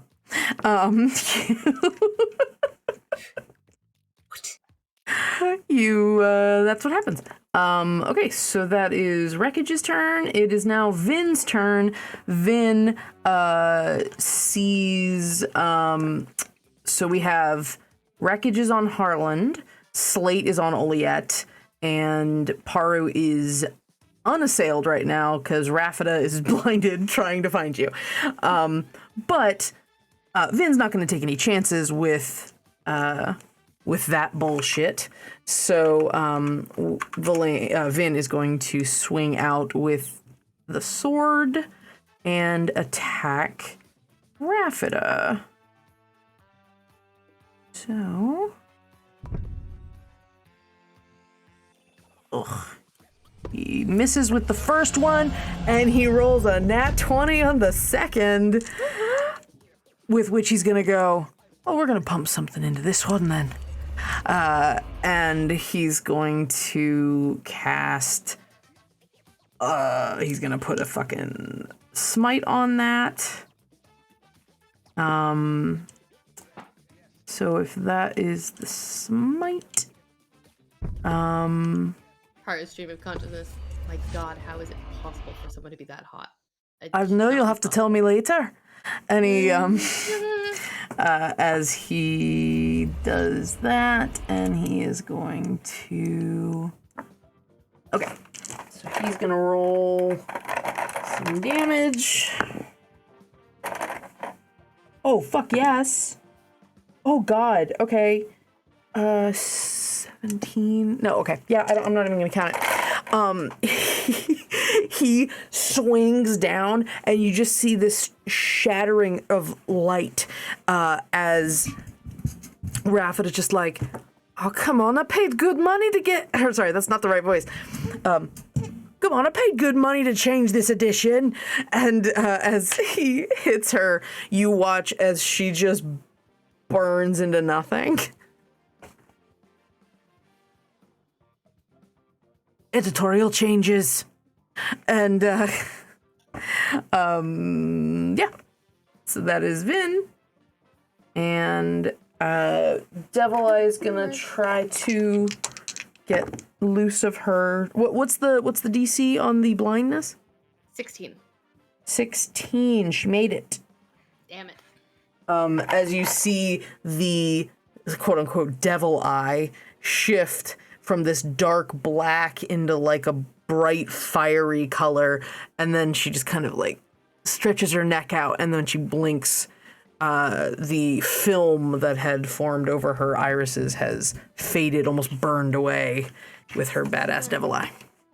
Shit, that's what I was afraid of. There you are. Like, aims up for her next turn. Paro, your turn. About how far away from Devil Eye am I? You ran away, so you're probably No, about. I ran forward. Oh, you ran forward? You're probably within 30 feet of her. Awesome. If you ran your full movement, yeah. Yep. She is going to go ahead and symbiotic entity, gaining 36 more temporary hit points. And the halo of spores begin to roll off of her as she also pulls out a flame sword and on Understood. on Devil Eye. All right. God, I hope I can hit her. Let's see. Does a natural 20 hit? So weird. I think it does. So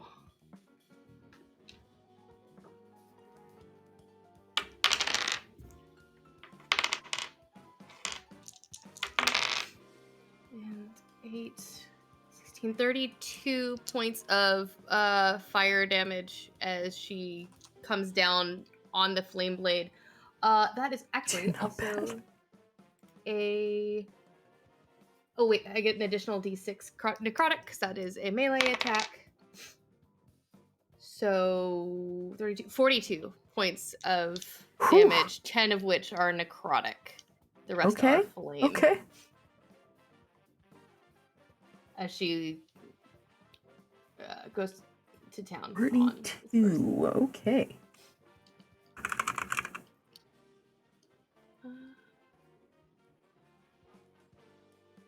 That's fabulous.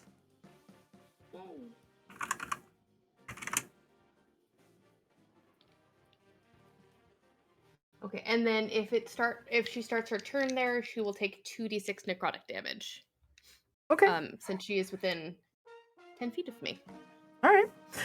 As you are, how far away were you? Did you get within 5 feet of her to do that? Oh yeah.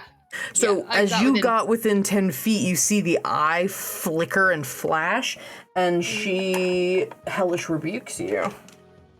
Okay. 15 to hit. That is my AC.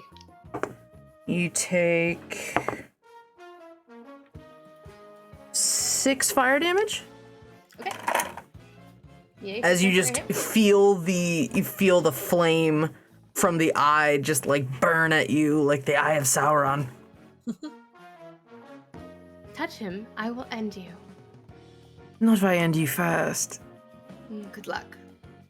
And she looks like she is aiming for a musket at her, or a flintlock at her side that has a bayonet on it. All right. Raffida's dead in the ether. She was there purely for comedic effect. Okay. And then we've got Aaliyah, you're next. Okay, so we've got all 3 of them yet, actually. The rest of them are still... Correct. Okay.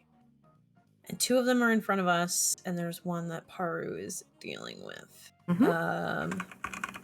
I'm gonna think of another story as a bonus action. Okay. Oops, wrong dice.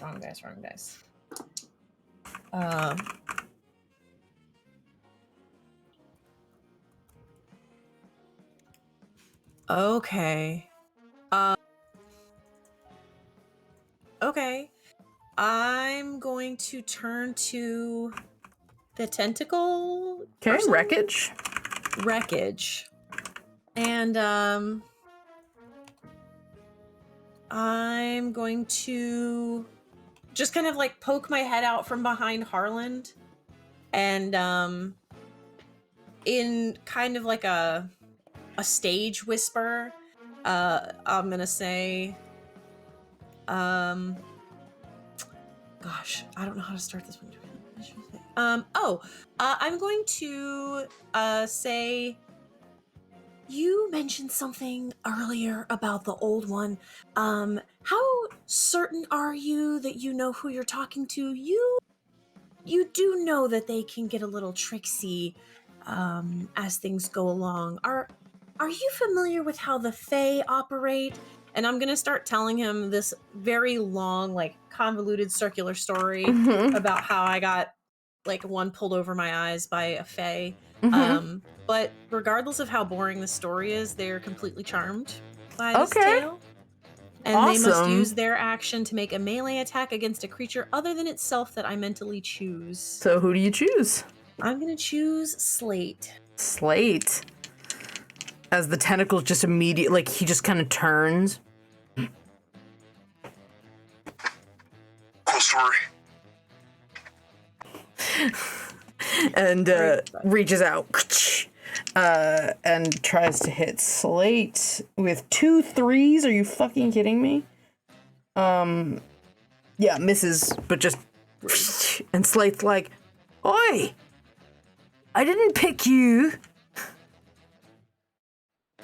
It's my turn. I'm gonna duck back behind Harlan again. That's my turn. What happened to consensual non-monogamy? Oh, well, fuck that! And he just aims with his Stein.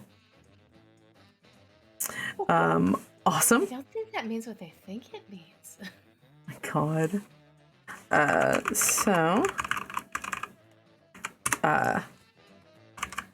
it is now Slate's turn, and Slate is going to go, oh, fuck you, motherfucker! And he's gonna try to hit nat 20s on wreckage. And just like hits him over the, oh my God, that's gonna suck. Yeah, it is. Okay. Oh no, that's the wrong dice. I need to go one size higher for that one. Oh well, that was garbage. but that's 6 plus 24. So,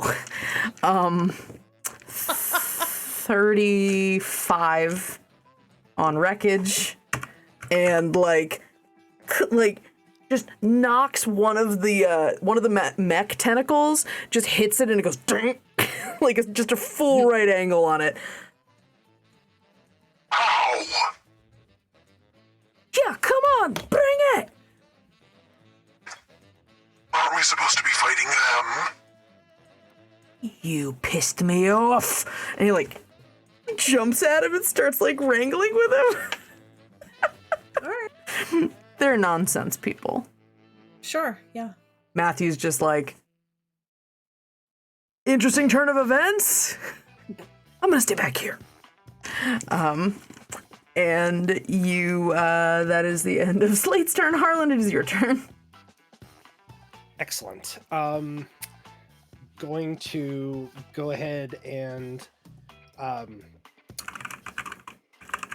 look behind me and look at Oliet and just like, Shug, sorry, this is all I can do right now, and just blows a kiss and casts Healing Word. Aw, healing smooch. That's You awesome. get 5 points of healing. 1d4 I like plus healing 3. smooch. Healing smooch is adorable. Healing smooch. Yeah. Smooch. Uh, I have 28 hit points. Hey. Yay. And then we'll turn to Wreckage and say, now you need to calm down. Y'all need to just calm down. I think we all need to just take a minute and just slow down and let's reconsider what's happening here. And I need let's see, where is it? I need wisdom saves from all 3 of them Okay. as Harlan casts slow. Okay. So Nice. wreckage. That's an 8. Slate. That's a 9. And Devil Eye rolls a 16. I am going to bend Slate's or Devil Eye's luck, spending 2 of my sorcery points to reduce it by 4. So 12. 12, which is under the save of 15. And So I'm going to all use a reroll. That's a 3. So that didn't work. I tried. So I tried, all Laura. I 3 of really, them or are Mouse. I slowed. really did. Slowed. Yeah. Um, So Okay. do you need to know what that is? Yes, please. -2 to AC and dexterity saving throws. Can't use reactions. You can use either an action or a bonus action on your turn, and you cannot make more than 1 attack per turn. Oof. That fuck. That fucks them up. And no reactions. No reactions. Okay. Cool. Thank you. Affected by this spell can attempt a wisdom save at the end of each of its turns. Okay. Harlan, I need you to give me a dex save. Okie doke.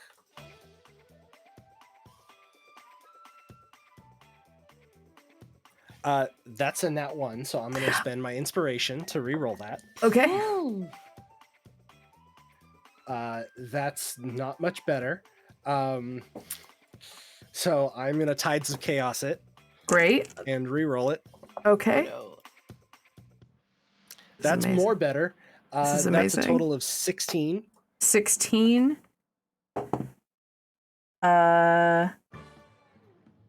Okay. A bottle swipes by your face from off stage as the cantankerous blue parrot is still pissed at you for making that parrot joke. Polly, what the fuck you? Yeah, come on. Come on, bring it. Get in line. Bring Get it, in line. son. There's a waiting list. He okay? starts climbing up on the stage. We have a Springer. surprise challenger.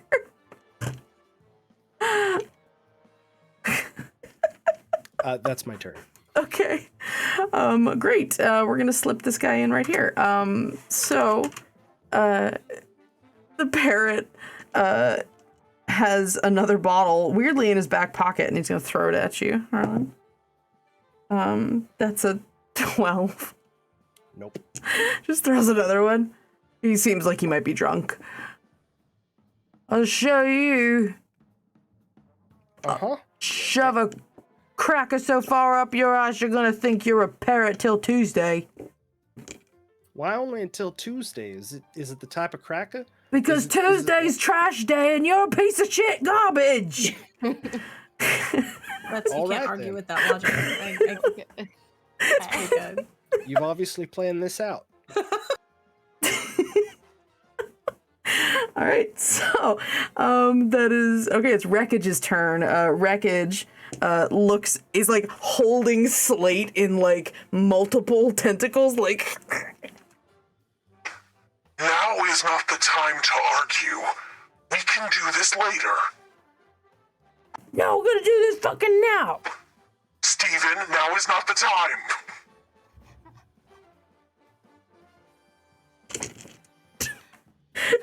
I'm delighted by this douche. sort of.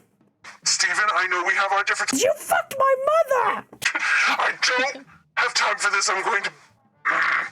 And he just like holds Slate one direction, and he whips out at Oliet with the other tentacle. This is really entertaining all of a sudden. So many twists and turns tonight. If you all remember, Slate and Wreckage were previously matched on our show, and they are returning contestants. Guess it didn't turn out so well. That's a 15 to hit you, Oliet. Oh, that definitely hits me. Okay. You take a garbage amount of damage. 5 slashing damage. And 3 psychic. Okay. Because you're just utterly confused by the conversation happening over there. That it does it does damage to you. Yep. Okay, that is the end of Wreckage's turn. It is Vin's turn. Vin sees Paru up face to face with Devil Eye and just starts silently with this precision that is almost like he's still a rogue, but because his armor is magic, he silently charges forward with his sword, and Devil Eye doesn't even notice until he swings, and there's this flicker of like rainbow prism light in her Devil Eye, and she's right as the sword comes down. Hell yeah, that's an 18. Not a crit this time, but that's okay. We'll forgive it. And What's that eye made of? Just out of curiosity. what's the eye made of? Is it metal? Rob- What is?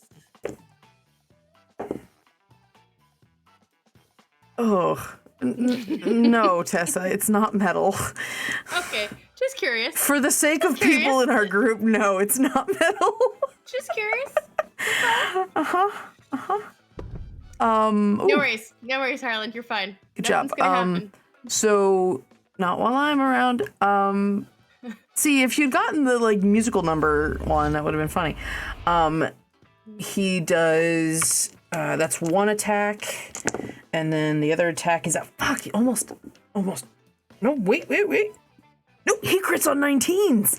Nice. So yeah, he fucking crits again. Kick ass. Dang. Dang villain. Oh shit, yeah. That's 13 plus 20. 33. And then his he's got that sweet smite damage. Does another. Oh god, he's just gonna full on throw a bunch of spell slots into that. So that's 33. 2, 8, 18. God damn. 51 damage. Nice.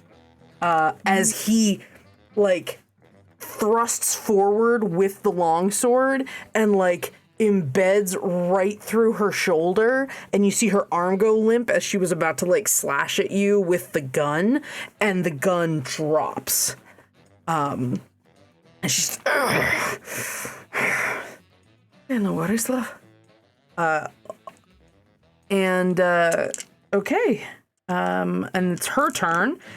She is going... Give me that lovely, lovely save as she starts her turn in my aura. What's the save again? I believe it's a con save. That's a 3 on the die, so she doesn't make it. How much Okay, let's damage do- does she take? Let's see here. It's 2d... something. Thank you, Kyle. 2d6. 2d6. Mm-hmm. Oh, So let's 9 see. points of necrotic damage. 9 points of necrotic damage. You see her eye go completely black and then start seeping around her face as she goes limp and hits the ground. As you have taken out the devil woman.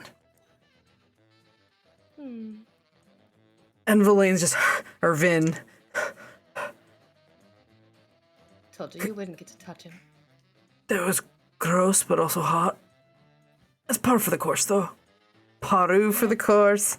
It's usually how I roll. Matthew! Oh, sorry.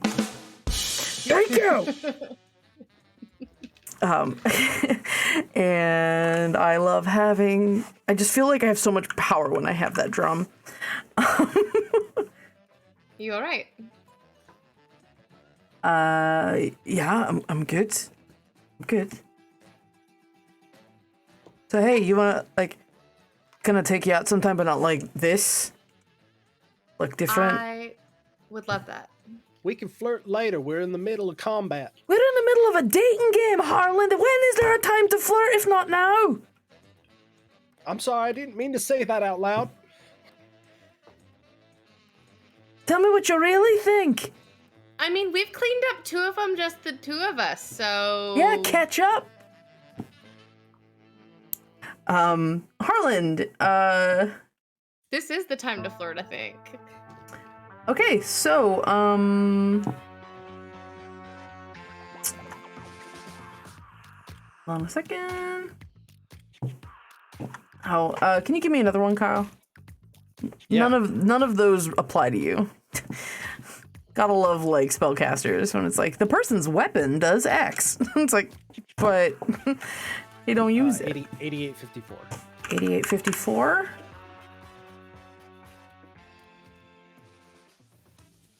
Okay. Cool. Oh, that's awesome. So, as you are there, you feel that little rumbly in your tumbly, and you're like, oh no. And there is a little spark of light out in the audience, and the light starts growing to like a sun, just shining, blinding bright. You see as a couple of your friends are in the back there, Melfrida and Beza are just like, and Amadine is up. She has drawn stairs to be at least a story up, looking down over everything, and she's like, I found it! And she runs over towards the sunspot you just created, as any magical symbols, seals, or locks within 1 mile shine like the sun, which is what you just rolled. Nice. So yeah. Nice. Tides of chaos. Hell Nice. yeah. That's awesome. Okay, cool. I don't even remember what we were doing. She's dead. So Paru, Yep. it's your turn. Excellent. Wreckage and Slate are entangled a little bit, but Wreckage is still fighting, as Slate's like, you motherfucker. How close is wreckage to me? You're probably about 40 feet away from him.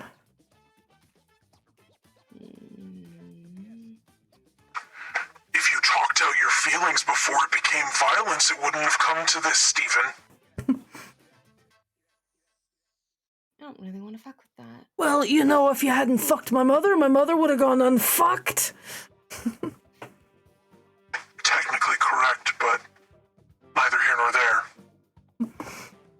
I mean, where was it? We're not asking questions anymore. And the audience just goes, ooh. All right, this will be fun.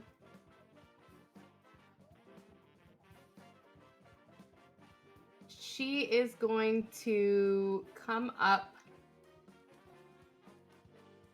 She's going to Misty Step. Okay. How far does that get me?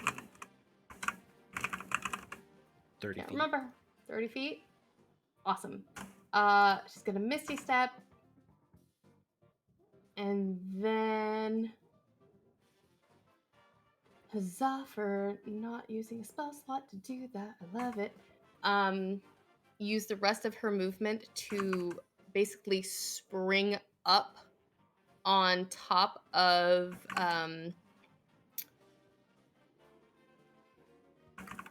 wreckage. Okay. Actually, no, she's gonna on wreckage. And is going to basically wrap her thighs around his head and cast contagion. Oh my god. Touch spell. Oh, god damn it. Okay. Okay. What does he have to roll? I have to make melee spell attack. First of all. So let's hope it hits. 16 plus 8 is 24 to hit. Oh, that'll hit. Awesome. Awesome, awesome. And fuck you, Kyle. I love you, but also fuck you.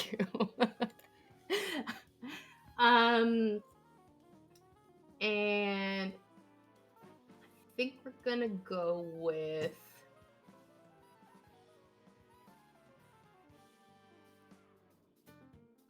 we're gonna go ahead and do Slimy Doom. Nice. So he begins to bleed uncontrollably Gross. and has disadvantage on all Constitution checks and Constitution saving throws. In addition, whenever it takes damage, will be stunned until the end of its next turn. Cool.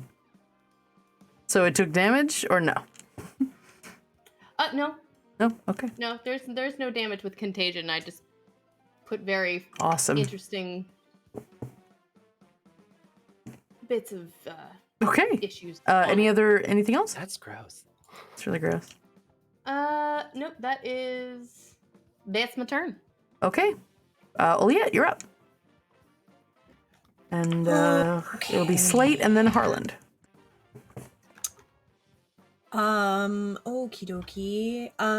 Wreckage is within melee of you. Okay. Then sure. Let's do well,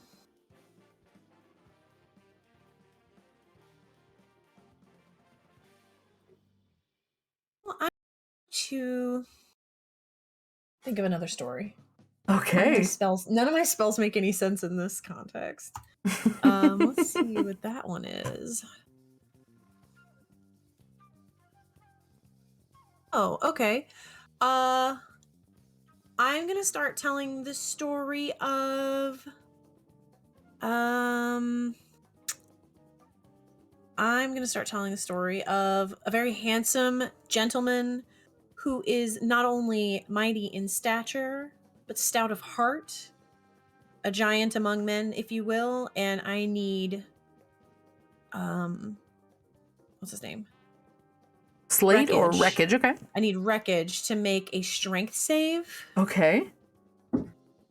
Strength save. Interesting. -2 on that. 17 minus 2, 15. Ooh, what is my spell save? Oh, hold on. Good question. What did you say you rolled? It's 15 total. Ooh, okay, my save is a 16. So it takes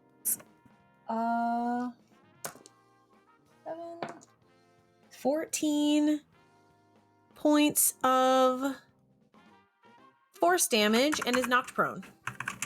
Okay, cool. So you hear Slate go "Arr!" as he is also like currently being strapped to this thing as Wreckage falls over. Sorry, Slate and Haru, my bad. It's fine. Actually, no, hold up.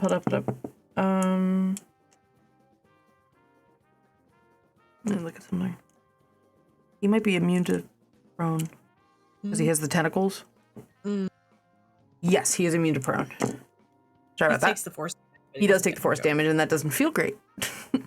I'm just gonna like reach or like look around Harlan again and flip the bird, and then kind of like Oh my god. duck back behind him. Very, very good. Slate is going to attempt to get out of the grapple that...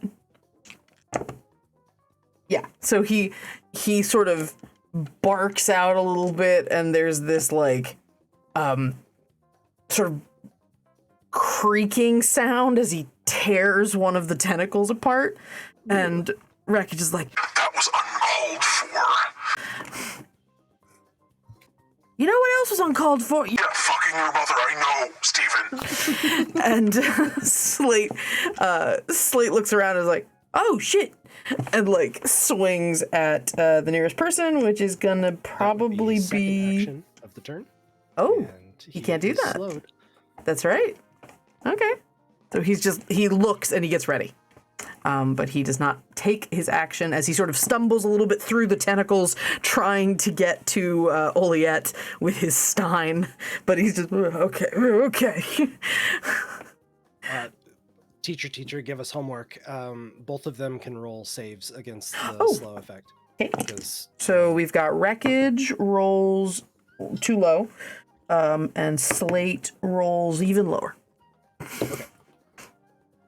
cool. All right, Harlan, it is your turn. All right. Going to start like concentrating in front of himself, and that like kind of rumbly in the tumbly, just remembering how that kind of felt. And this like undulating kind of chaotic ball just kind of forms in front of him. He's like, "Now, both of y'all need to knock it off," and he like throws it Oh no. at his partner, Wreckage. So that's going to be a ranged spell attack. Okay, That's a 19 on the die. that'll hit. Okay. And then I roll 2d8 and 4d6 because I'm casting it at a higher level. Fun. 2d8. I don't have 2d8 out. That's a 3 and an 8. So we're gonna go with thunder damage. So that's Thunder. gonna be 11 plus so a total of 14, 15, 19, and 23 points of thunder damage. 23, which is halved because the forces of the Eldritch God protect him from thunder and lightning. So that is 11. Still But not he is great. Now, he is also, because I have contagioned him, is also stunned until the end of his next turn. So it also helps the fact that Harlan just wearied him. So both of those things definitely narratively contribute to the fact that he takes the blow, and the tentacles sort of like, and he's just kind of struggling a little bit to stay up.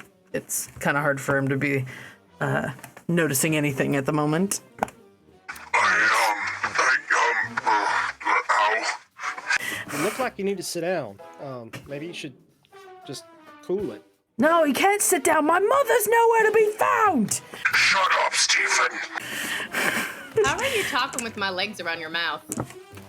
Talent.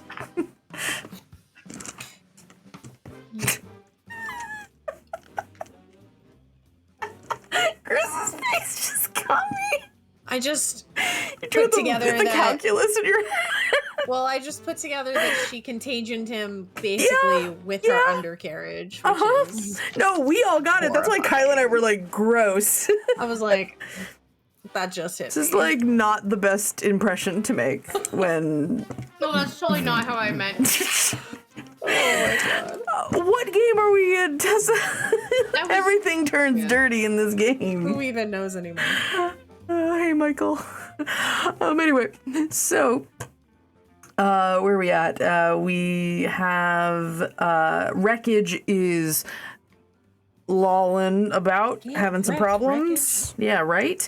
And Vin sees the Duragar, sees Slate running at Oliette, and is like, no, let's try that again. Come on. And runs over to him, tries to swing at him, and hits. Good shit. Good job, buddy. Not great. That is 7, 8, 9. That's 9 points of slashing damage, and he's gonna smite again. Ooh, that's another 10. Hell yeah. So you see another flash of this like rainbow light as Vin swipes with his sword of beauty, and apparently turns into Shaft.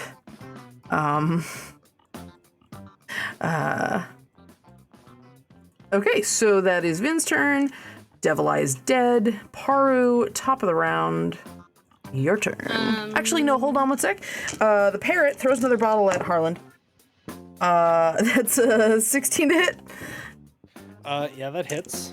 And he's just like, I don't have anything funny for this. Fuck you. And 4 bludgeoning damage as a bottle ding Ow. hits you in the head. I And passed so my you- concentration check. Okay. Okay. Hello, Perception Studios. Welcome, Raiders. All right, Paru, it is now your turn. Let's have at it. See here, he is stunned until the end of his next turn. Try and figure out what that means. If he can't make dex saves or Let me double check. Stunned means you can't move and can only speak falteringly, automatically fail strength saves. strength saves. It's strength and dex saves. And you have advantage on attacks against him. Perfect. So, Dex the, strength and dex saves. So Wreckage, the Warforged Eldritch pirate, is just like trying real hard to focus, but his tentacles are going all All wonkety doodles. all Okay, wonky doodles is a great way to put it. Let's go ahead and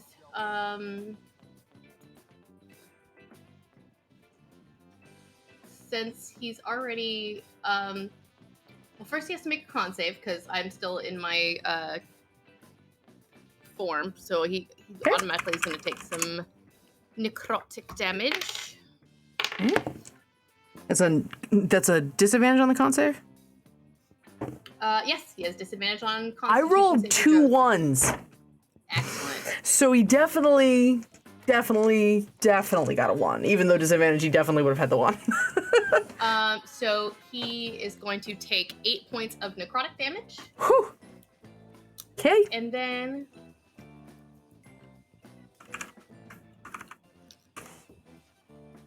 Let's try something new. Let's go. Okay.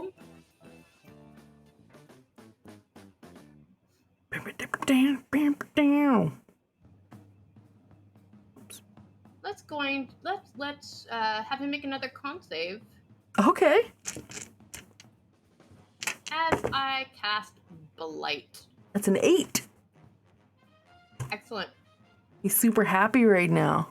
I bet he's super happy right now. I'm gonna cast Blight at 4th level.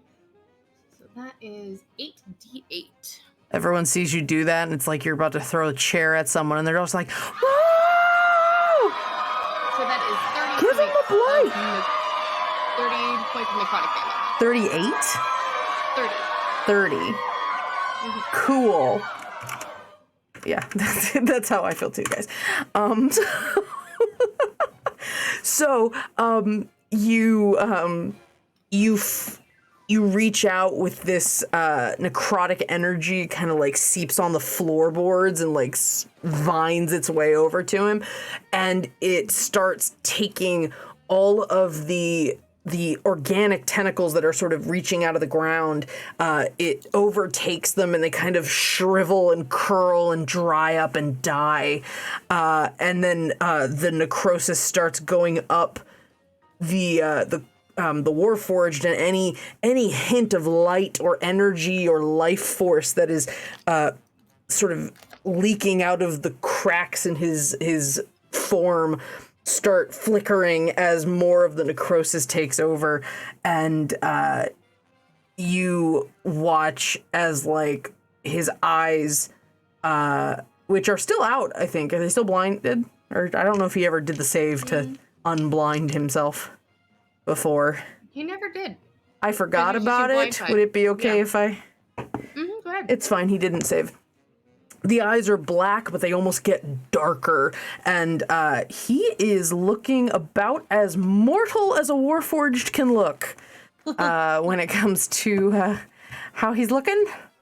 You might say I only have a couple of lucky points left in me. Maybe.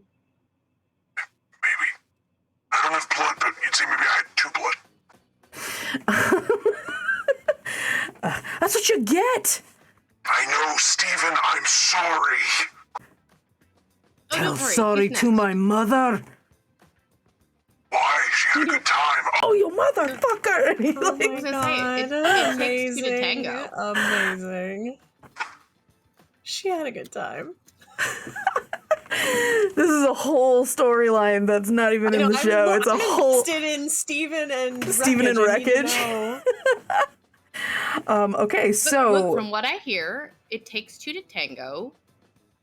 If she was a consenting party, then why are you upset? It's more of a rumble. A rumba. It's a rumba. Hold on, it's worth it. Hold on.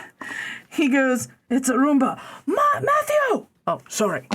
Thank you. And... Nice.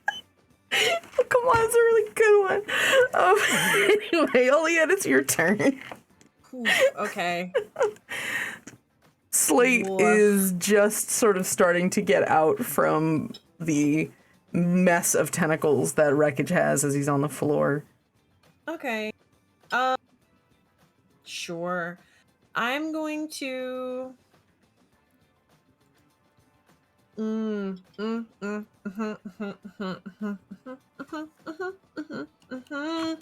gonna pull this dagger out of wherever, you don't know, that I just barfed up on stage, and I'm gonna try and stab Slate. So I'm just gonna step forward and try and stab him.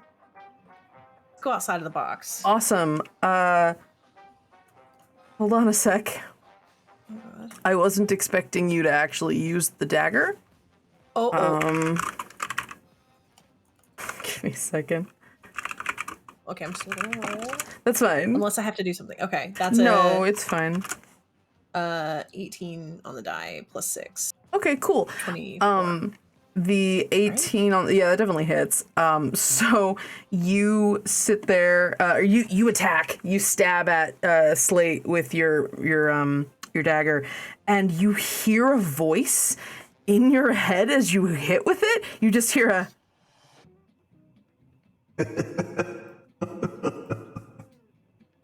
and that's all you hear. No. You just hear a laugh. You don't know anything about it. You just hear a laugh.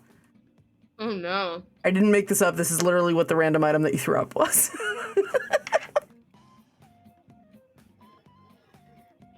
Giga, is it fine?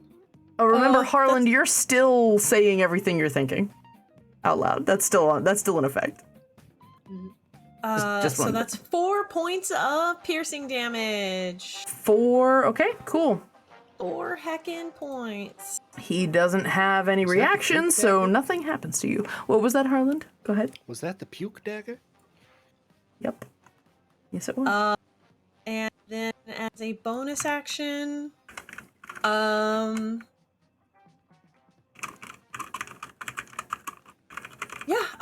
as a bonus action, I'm just going to turn around and give Harlan's hand a squeeze and give him Bardic Inspiration. That's my turn. Wonderful. Wonderful, wonderful. All right, it is Slate's turn. Slate is unhappy that you hit him and calls the cops on you. I just heard a cop in the music. Yeah, I am the fucking cops. All right, so you see as he and he's just raging really, really bad right now. And he is gonna swing that dented stein at you. Recklessly. That's a 19 to hit. I mean, yeah. But he can only hit once, because he's still slowed, thanks to your boyfriend. Thanks, sweetie. That's 8, 9, 10, 11, 12, 13. That's 14 bludgeoning damage. Okay. How you doing? Looking really shaky. Just like, Like that one looks like it almost knocks Oliet out cold. oh yeah, just like slugged with the stein. Harland, it is your turn. As Slate is just wails on the side of Oliet's face with that stein. I don't like that. Going to... It's okay, Sugar, I got you. And just plants a kiss on her forehead. Oh! And casts Healing Word at 5th level.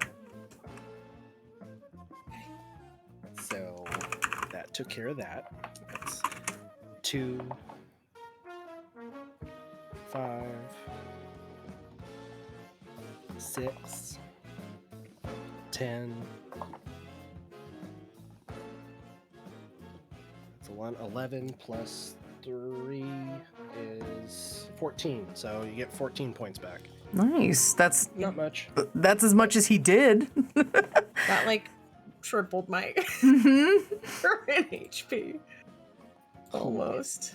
And is there I'm just gonna come out and say it. Is there a 20-foot radius that I could make that would get the both of them, but not get You any guys of are us? like around them, so no, I would say no.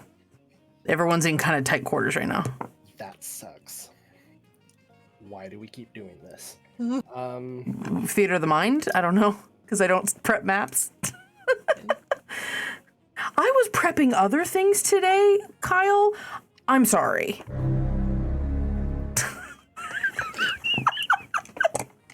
Sorry, that seemed inappropriate. Let me try again. There we go. So good. That's what happens when I don't prep a map. Good. Wow. All right, and I'll cast Chaos Bolt again at the Anger Dwarf. The Angered Dwarf, very good. Nat 20. Fuck Nice. yes. With that in mind, allow me to please add a little bit of effect to what you just did. Where is it?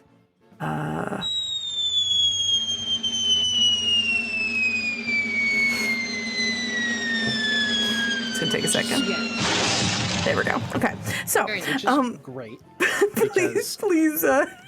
I rolled the same on the damage dice for Chaos Bolt. Amazing. Which means that he's going to take force damage. Okay. Kick And it's ass. also going to jump over to wreckage. Oh hell yeah. Okay, Nice. tell me how much. So that was 8 plus 4d6. 5. That's 11. And 5 again. That's 16. So that's a total of 16 plus 8. 24 points of force damage to Anger Dwarf. Okay. You have wearied him. Nice. That was cocked. And Wreckage, who is just like on death's door. We're gonna do lightning damage to Wreckage. Do you get to pick?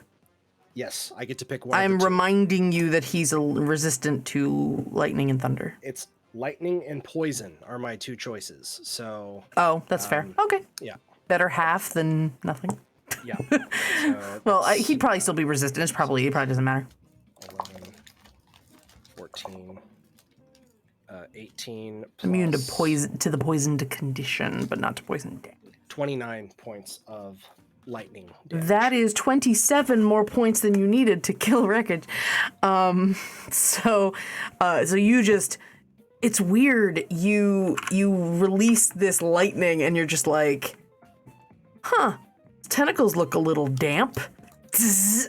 And lightning casts across them and you just see him go and then just stop and all the tentacles stop moving. And then you hear Slate go, no! And he goes over to him and is like, Constant, no, I know I said I hated you. I know I said you fucked my mother, but I wanted a second date.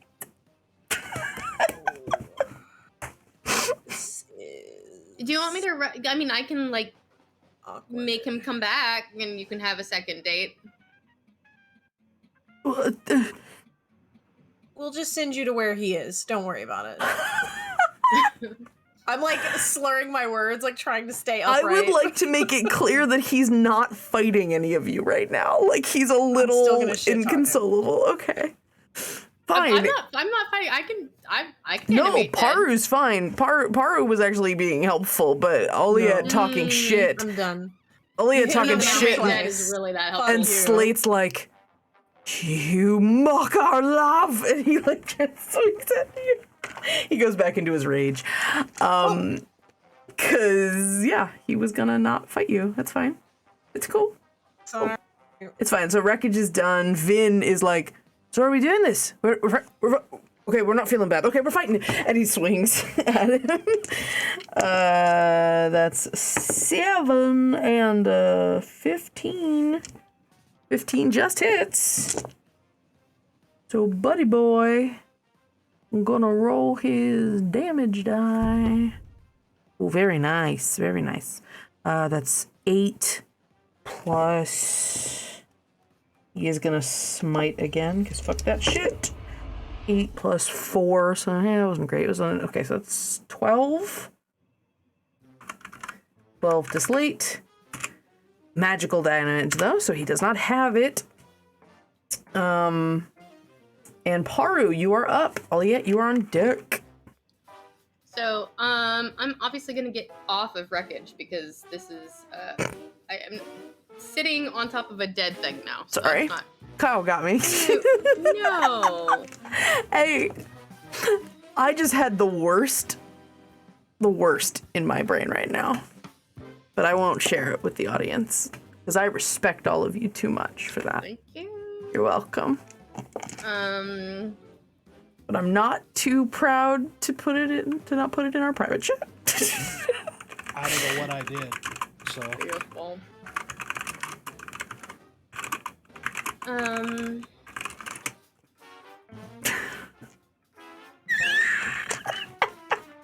Worth it. Worth it. Wow. Worth it. Hell yeah. Okay, continue. Your turn. Wow. Sorry, I had to see that with my own eyes. Do you need some eye bleach? I might. So she's going to, she's got the high ground right now, so she's going to jump off of Hello there. wreckage, holding with her sword, and just boom, with the flame blade right down on him. Kick ass. Okay, so go ahead. 23 to hit. That definitely hits. Okay,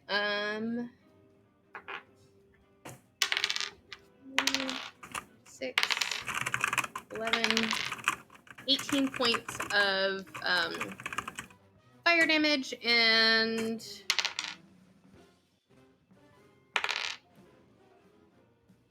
9 points of necrotic, and he needs to make a con save.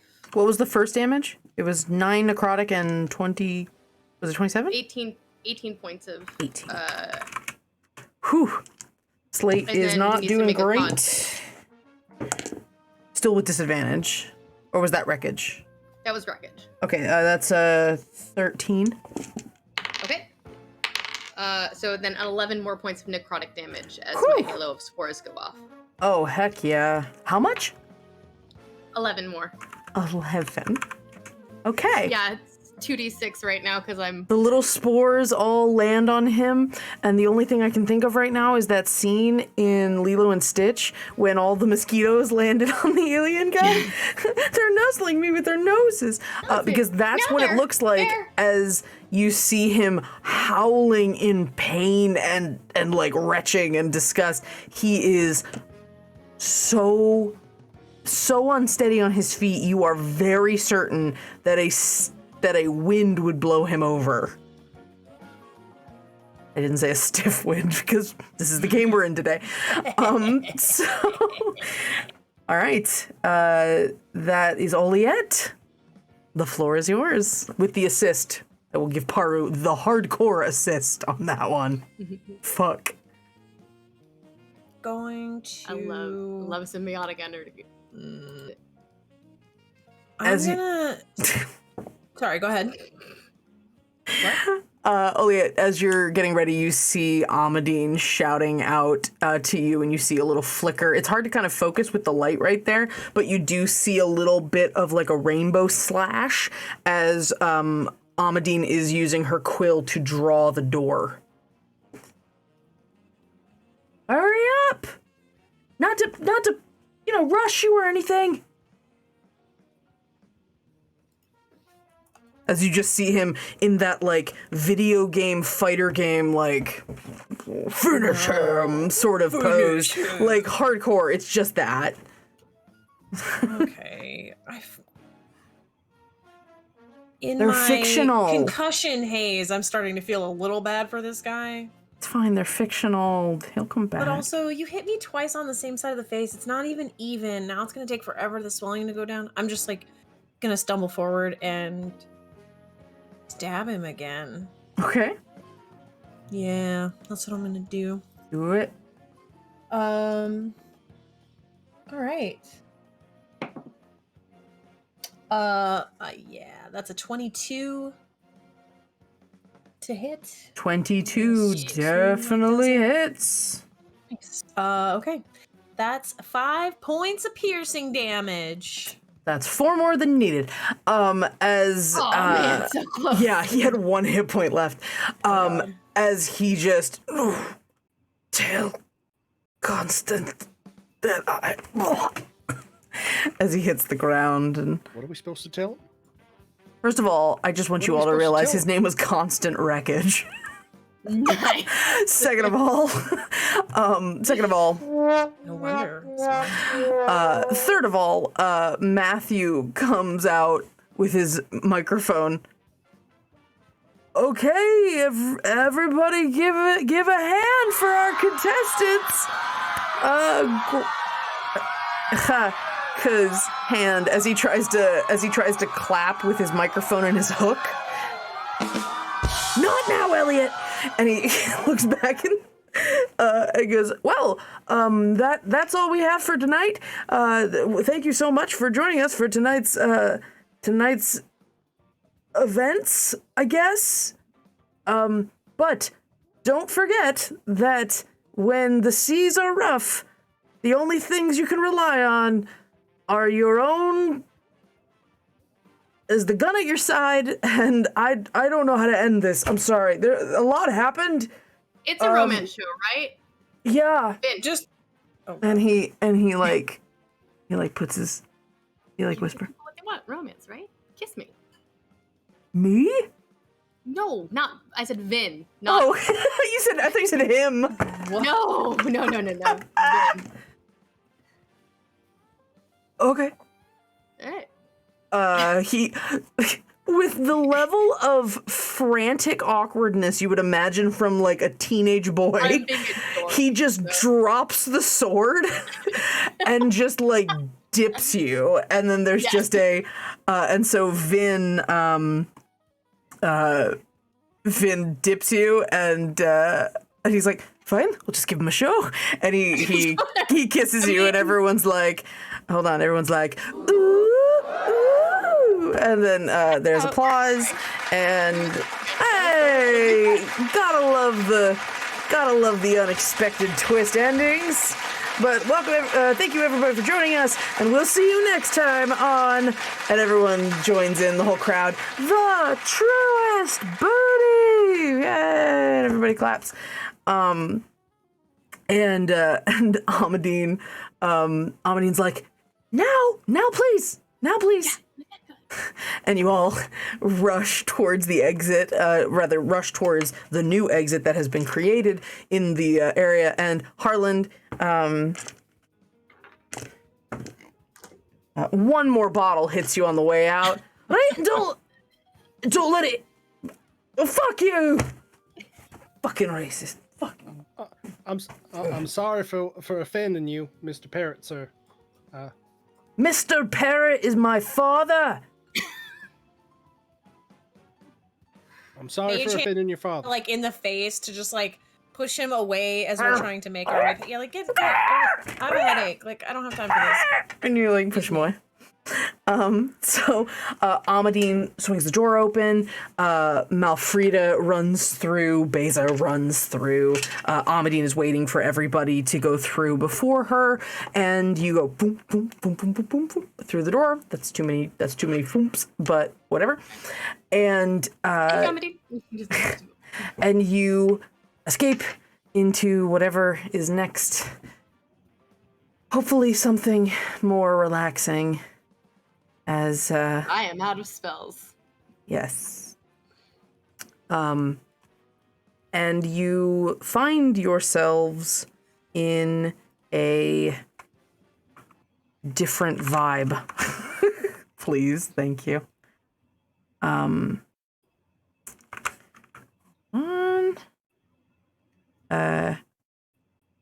That's not the right one.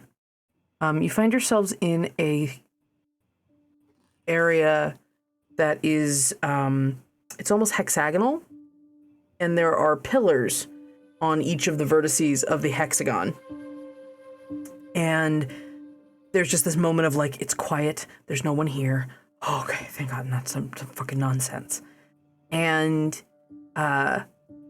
you see some familiar weird markings. They're all math and weird numbers, and it's the unmistakable nonsense logic of Mechanist writing. And in the near distance, you hear the grinding of gears and some of that like motorized of like automatons or something. Malfrida's just standing around like, are we out of the books? Are we... Is this a different... Is this real or is this a book? I don't know. I'm really hoping with that sound that it's another book. And I do not want that to be real. Amadine goes, well, I can check and see. And then she looks down for a second like, would I be here if it wasn't a book? I don't have time to unpack that. And she starts drawing on the wall a like window opening just to kind of see what's going on. And you like it opens up and she pushes the window open that she has made. And you see out rows and rows and rows and rows of endless stacks of books and scrolls and boxes and stone tablets and like anything you could imagine containing information on it. And in the sky, you're fairly certain now that you're probably in a book, but in the sky you see written in 1,000 different languages, so you all catch a version of it, but also the crazy math language. You see Divine Nirvana of Mechanus, Table of Contents. Oh, God. You're in the card catalog.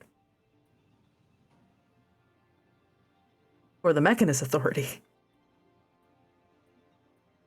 where they've been amassing all their knowledge Time to fuck from everywhere.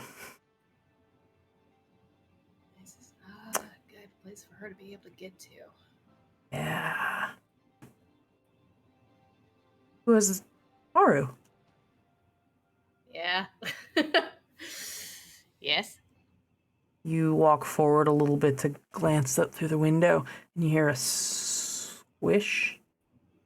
And you look down, and you're bare. You have shoes on, right? Mm-hmm. There's a puddle on the floor.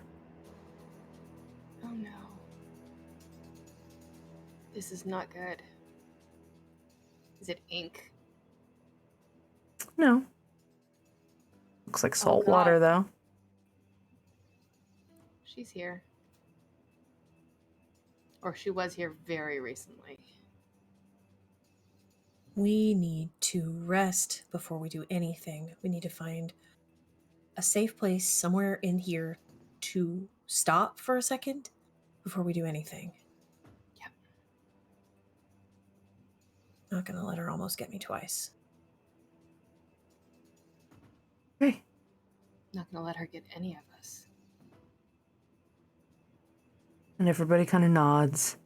And you see Mechanus creatures, like kind of floating around. There's some Modrons flying, but they look very angelic looking. They're all glowing a bit. You see these sort of fictional versions, little cherubic monodrones. And that's where we're going to end. Out of that book and into a new bit of danger and back to the main storyline. Hooray! Yeah. All right. Okay, everybody. So as with most episodes, tonal whiplash. Woo. Thank you, everybody, for joining us tonight. We will be here next week, chapter 51. And we'll see how this goes. Not too far away from an archive, maybe not the archive that you're looking for, but pretty big one. Getting closer. So, for good or bad. Everybody, thank you so much for joining us tonight. Heck yes to the raiders who hung out for the whole time you were here. Thank you so much. Thank you to our not to our subscribers, but yes, to our subscribers. But thank you to those who contributed to the chaos tonight. Our re-rolls and our nonsense wheel spinning and our NPC Kingston the Aarakocra, who Harland, you have a blue adversary. Luckily, you don't ever have to worry about reading the book again.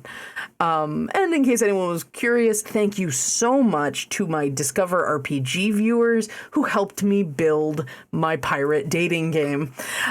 We were all debating on what kind of books you should be in. They came up with a goblin fairy tale book, which we did, and they came up with we sort of decided on a sort of Cosmo magazine dating quiz that would pair you up with like, what fictional pirate should you date?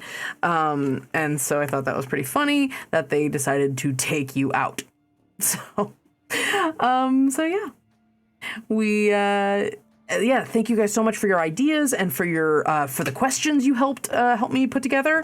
I couldn't have done it without you, and it was nonsense, and I loved it. And that's all we have for today. Please join us next week, same time, 7 p.m. Pacific, 10 p.m. Eastern, here on We Are Nerdsmith.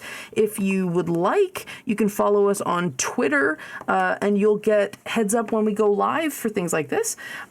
We also have a couple of fun things going on in our Discord server. I am currently running Reader's Corner, which is I read a book in the stage. For Discord, I am currently reading The Girls at the Kingfisher Club, which is a 1920s prohibition re-theming of the fairy tale The 12 Dancing Princesses. It's lovely and heartbreaking and sexy and hilarious, and I love it very much. I'm very excited to get to read it for people. We are also going to be reading Harry Potter and the Methods of Rationality at some point. It's going to take forever to read it because it's got 100 chapters. But please come hang out. We have a book discussion thread that we use, and I'll be doing dramatic readings with jazz music and stuff on Saturday night, 9 p.m. Eastern at 6 p.m. Pacific.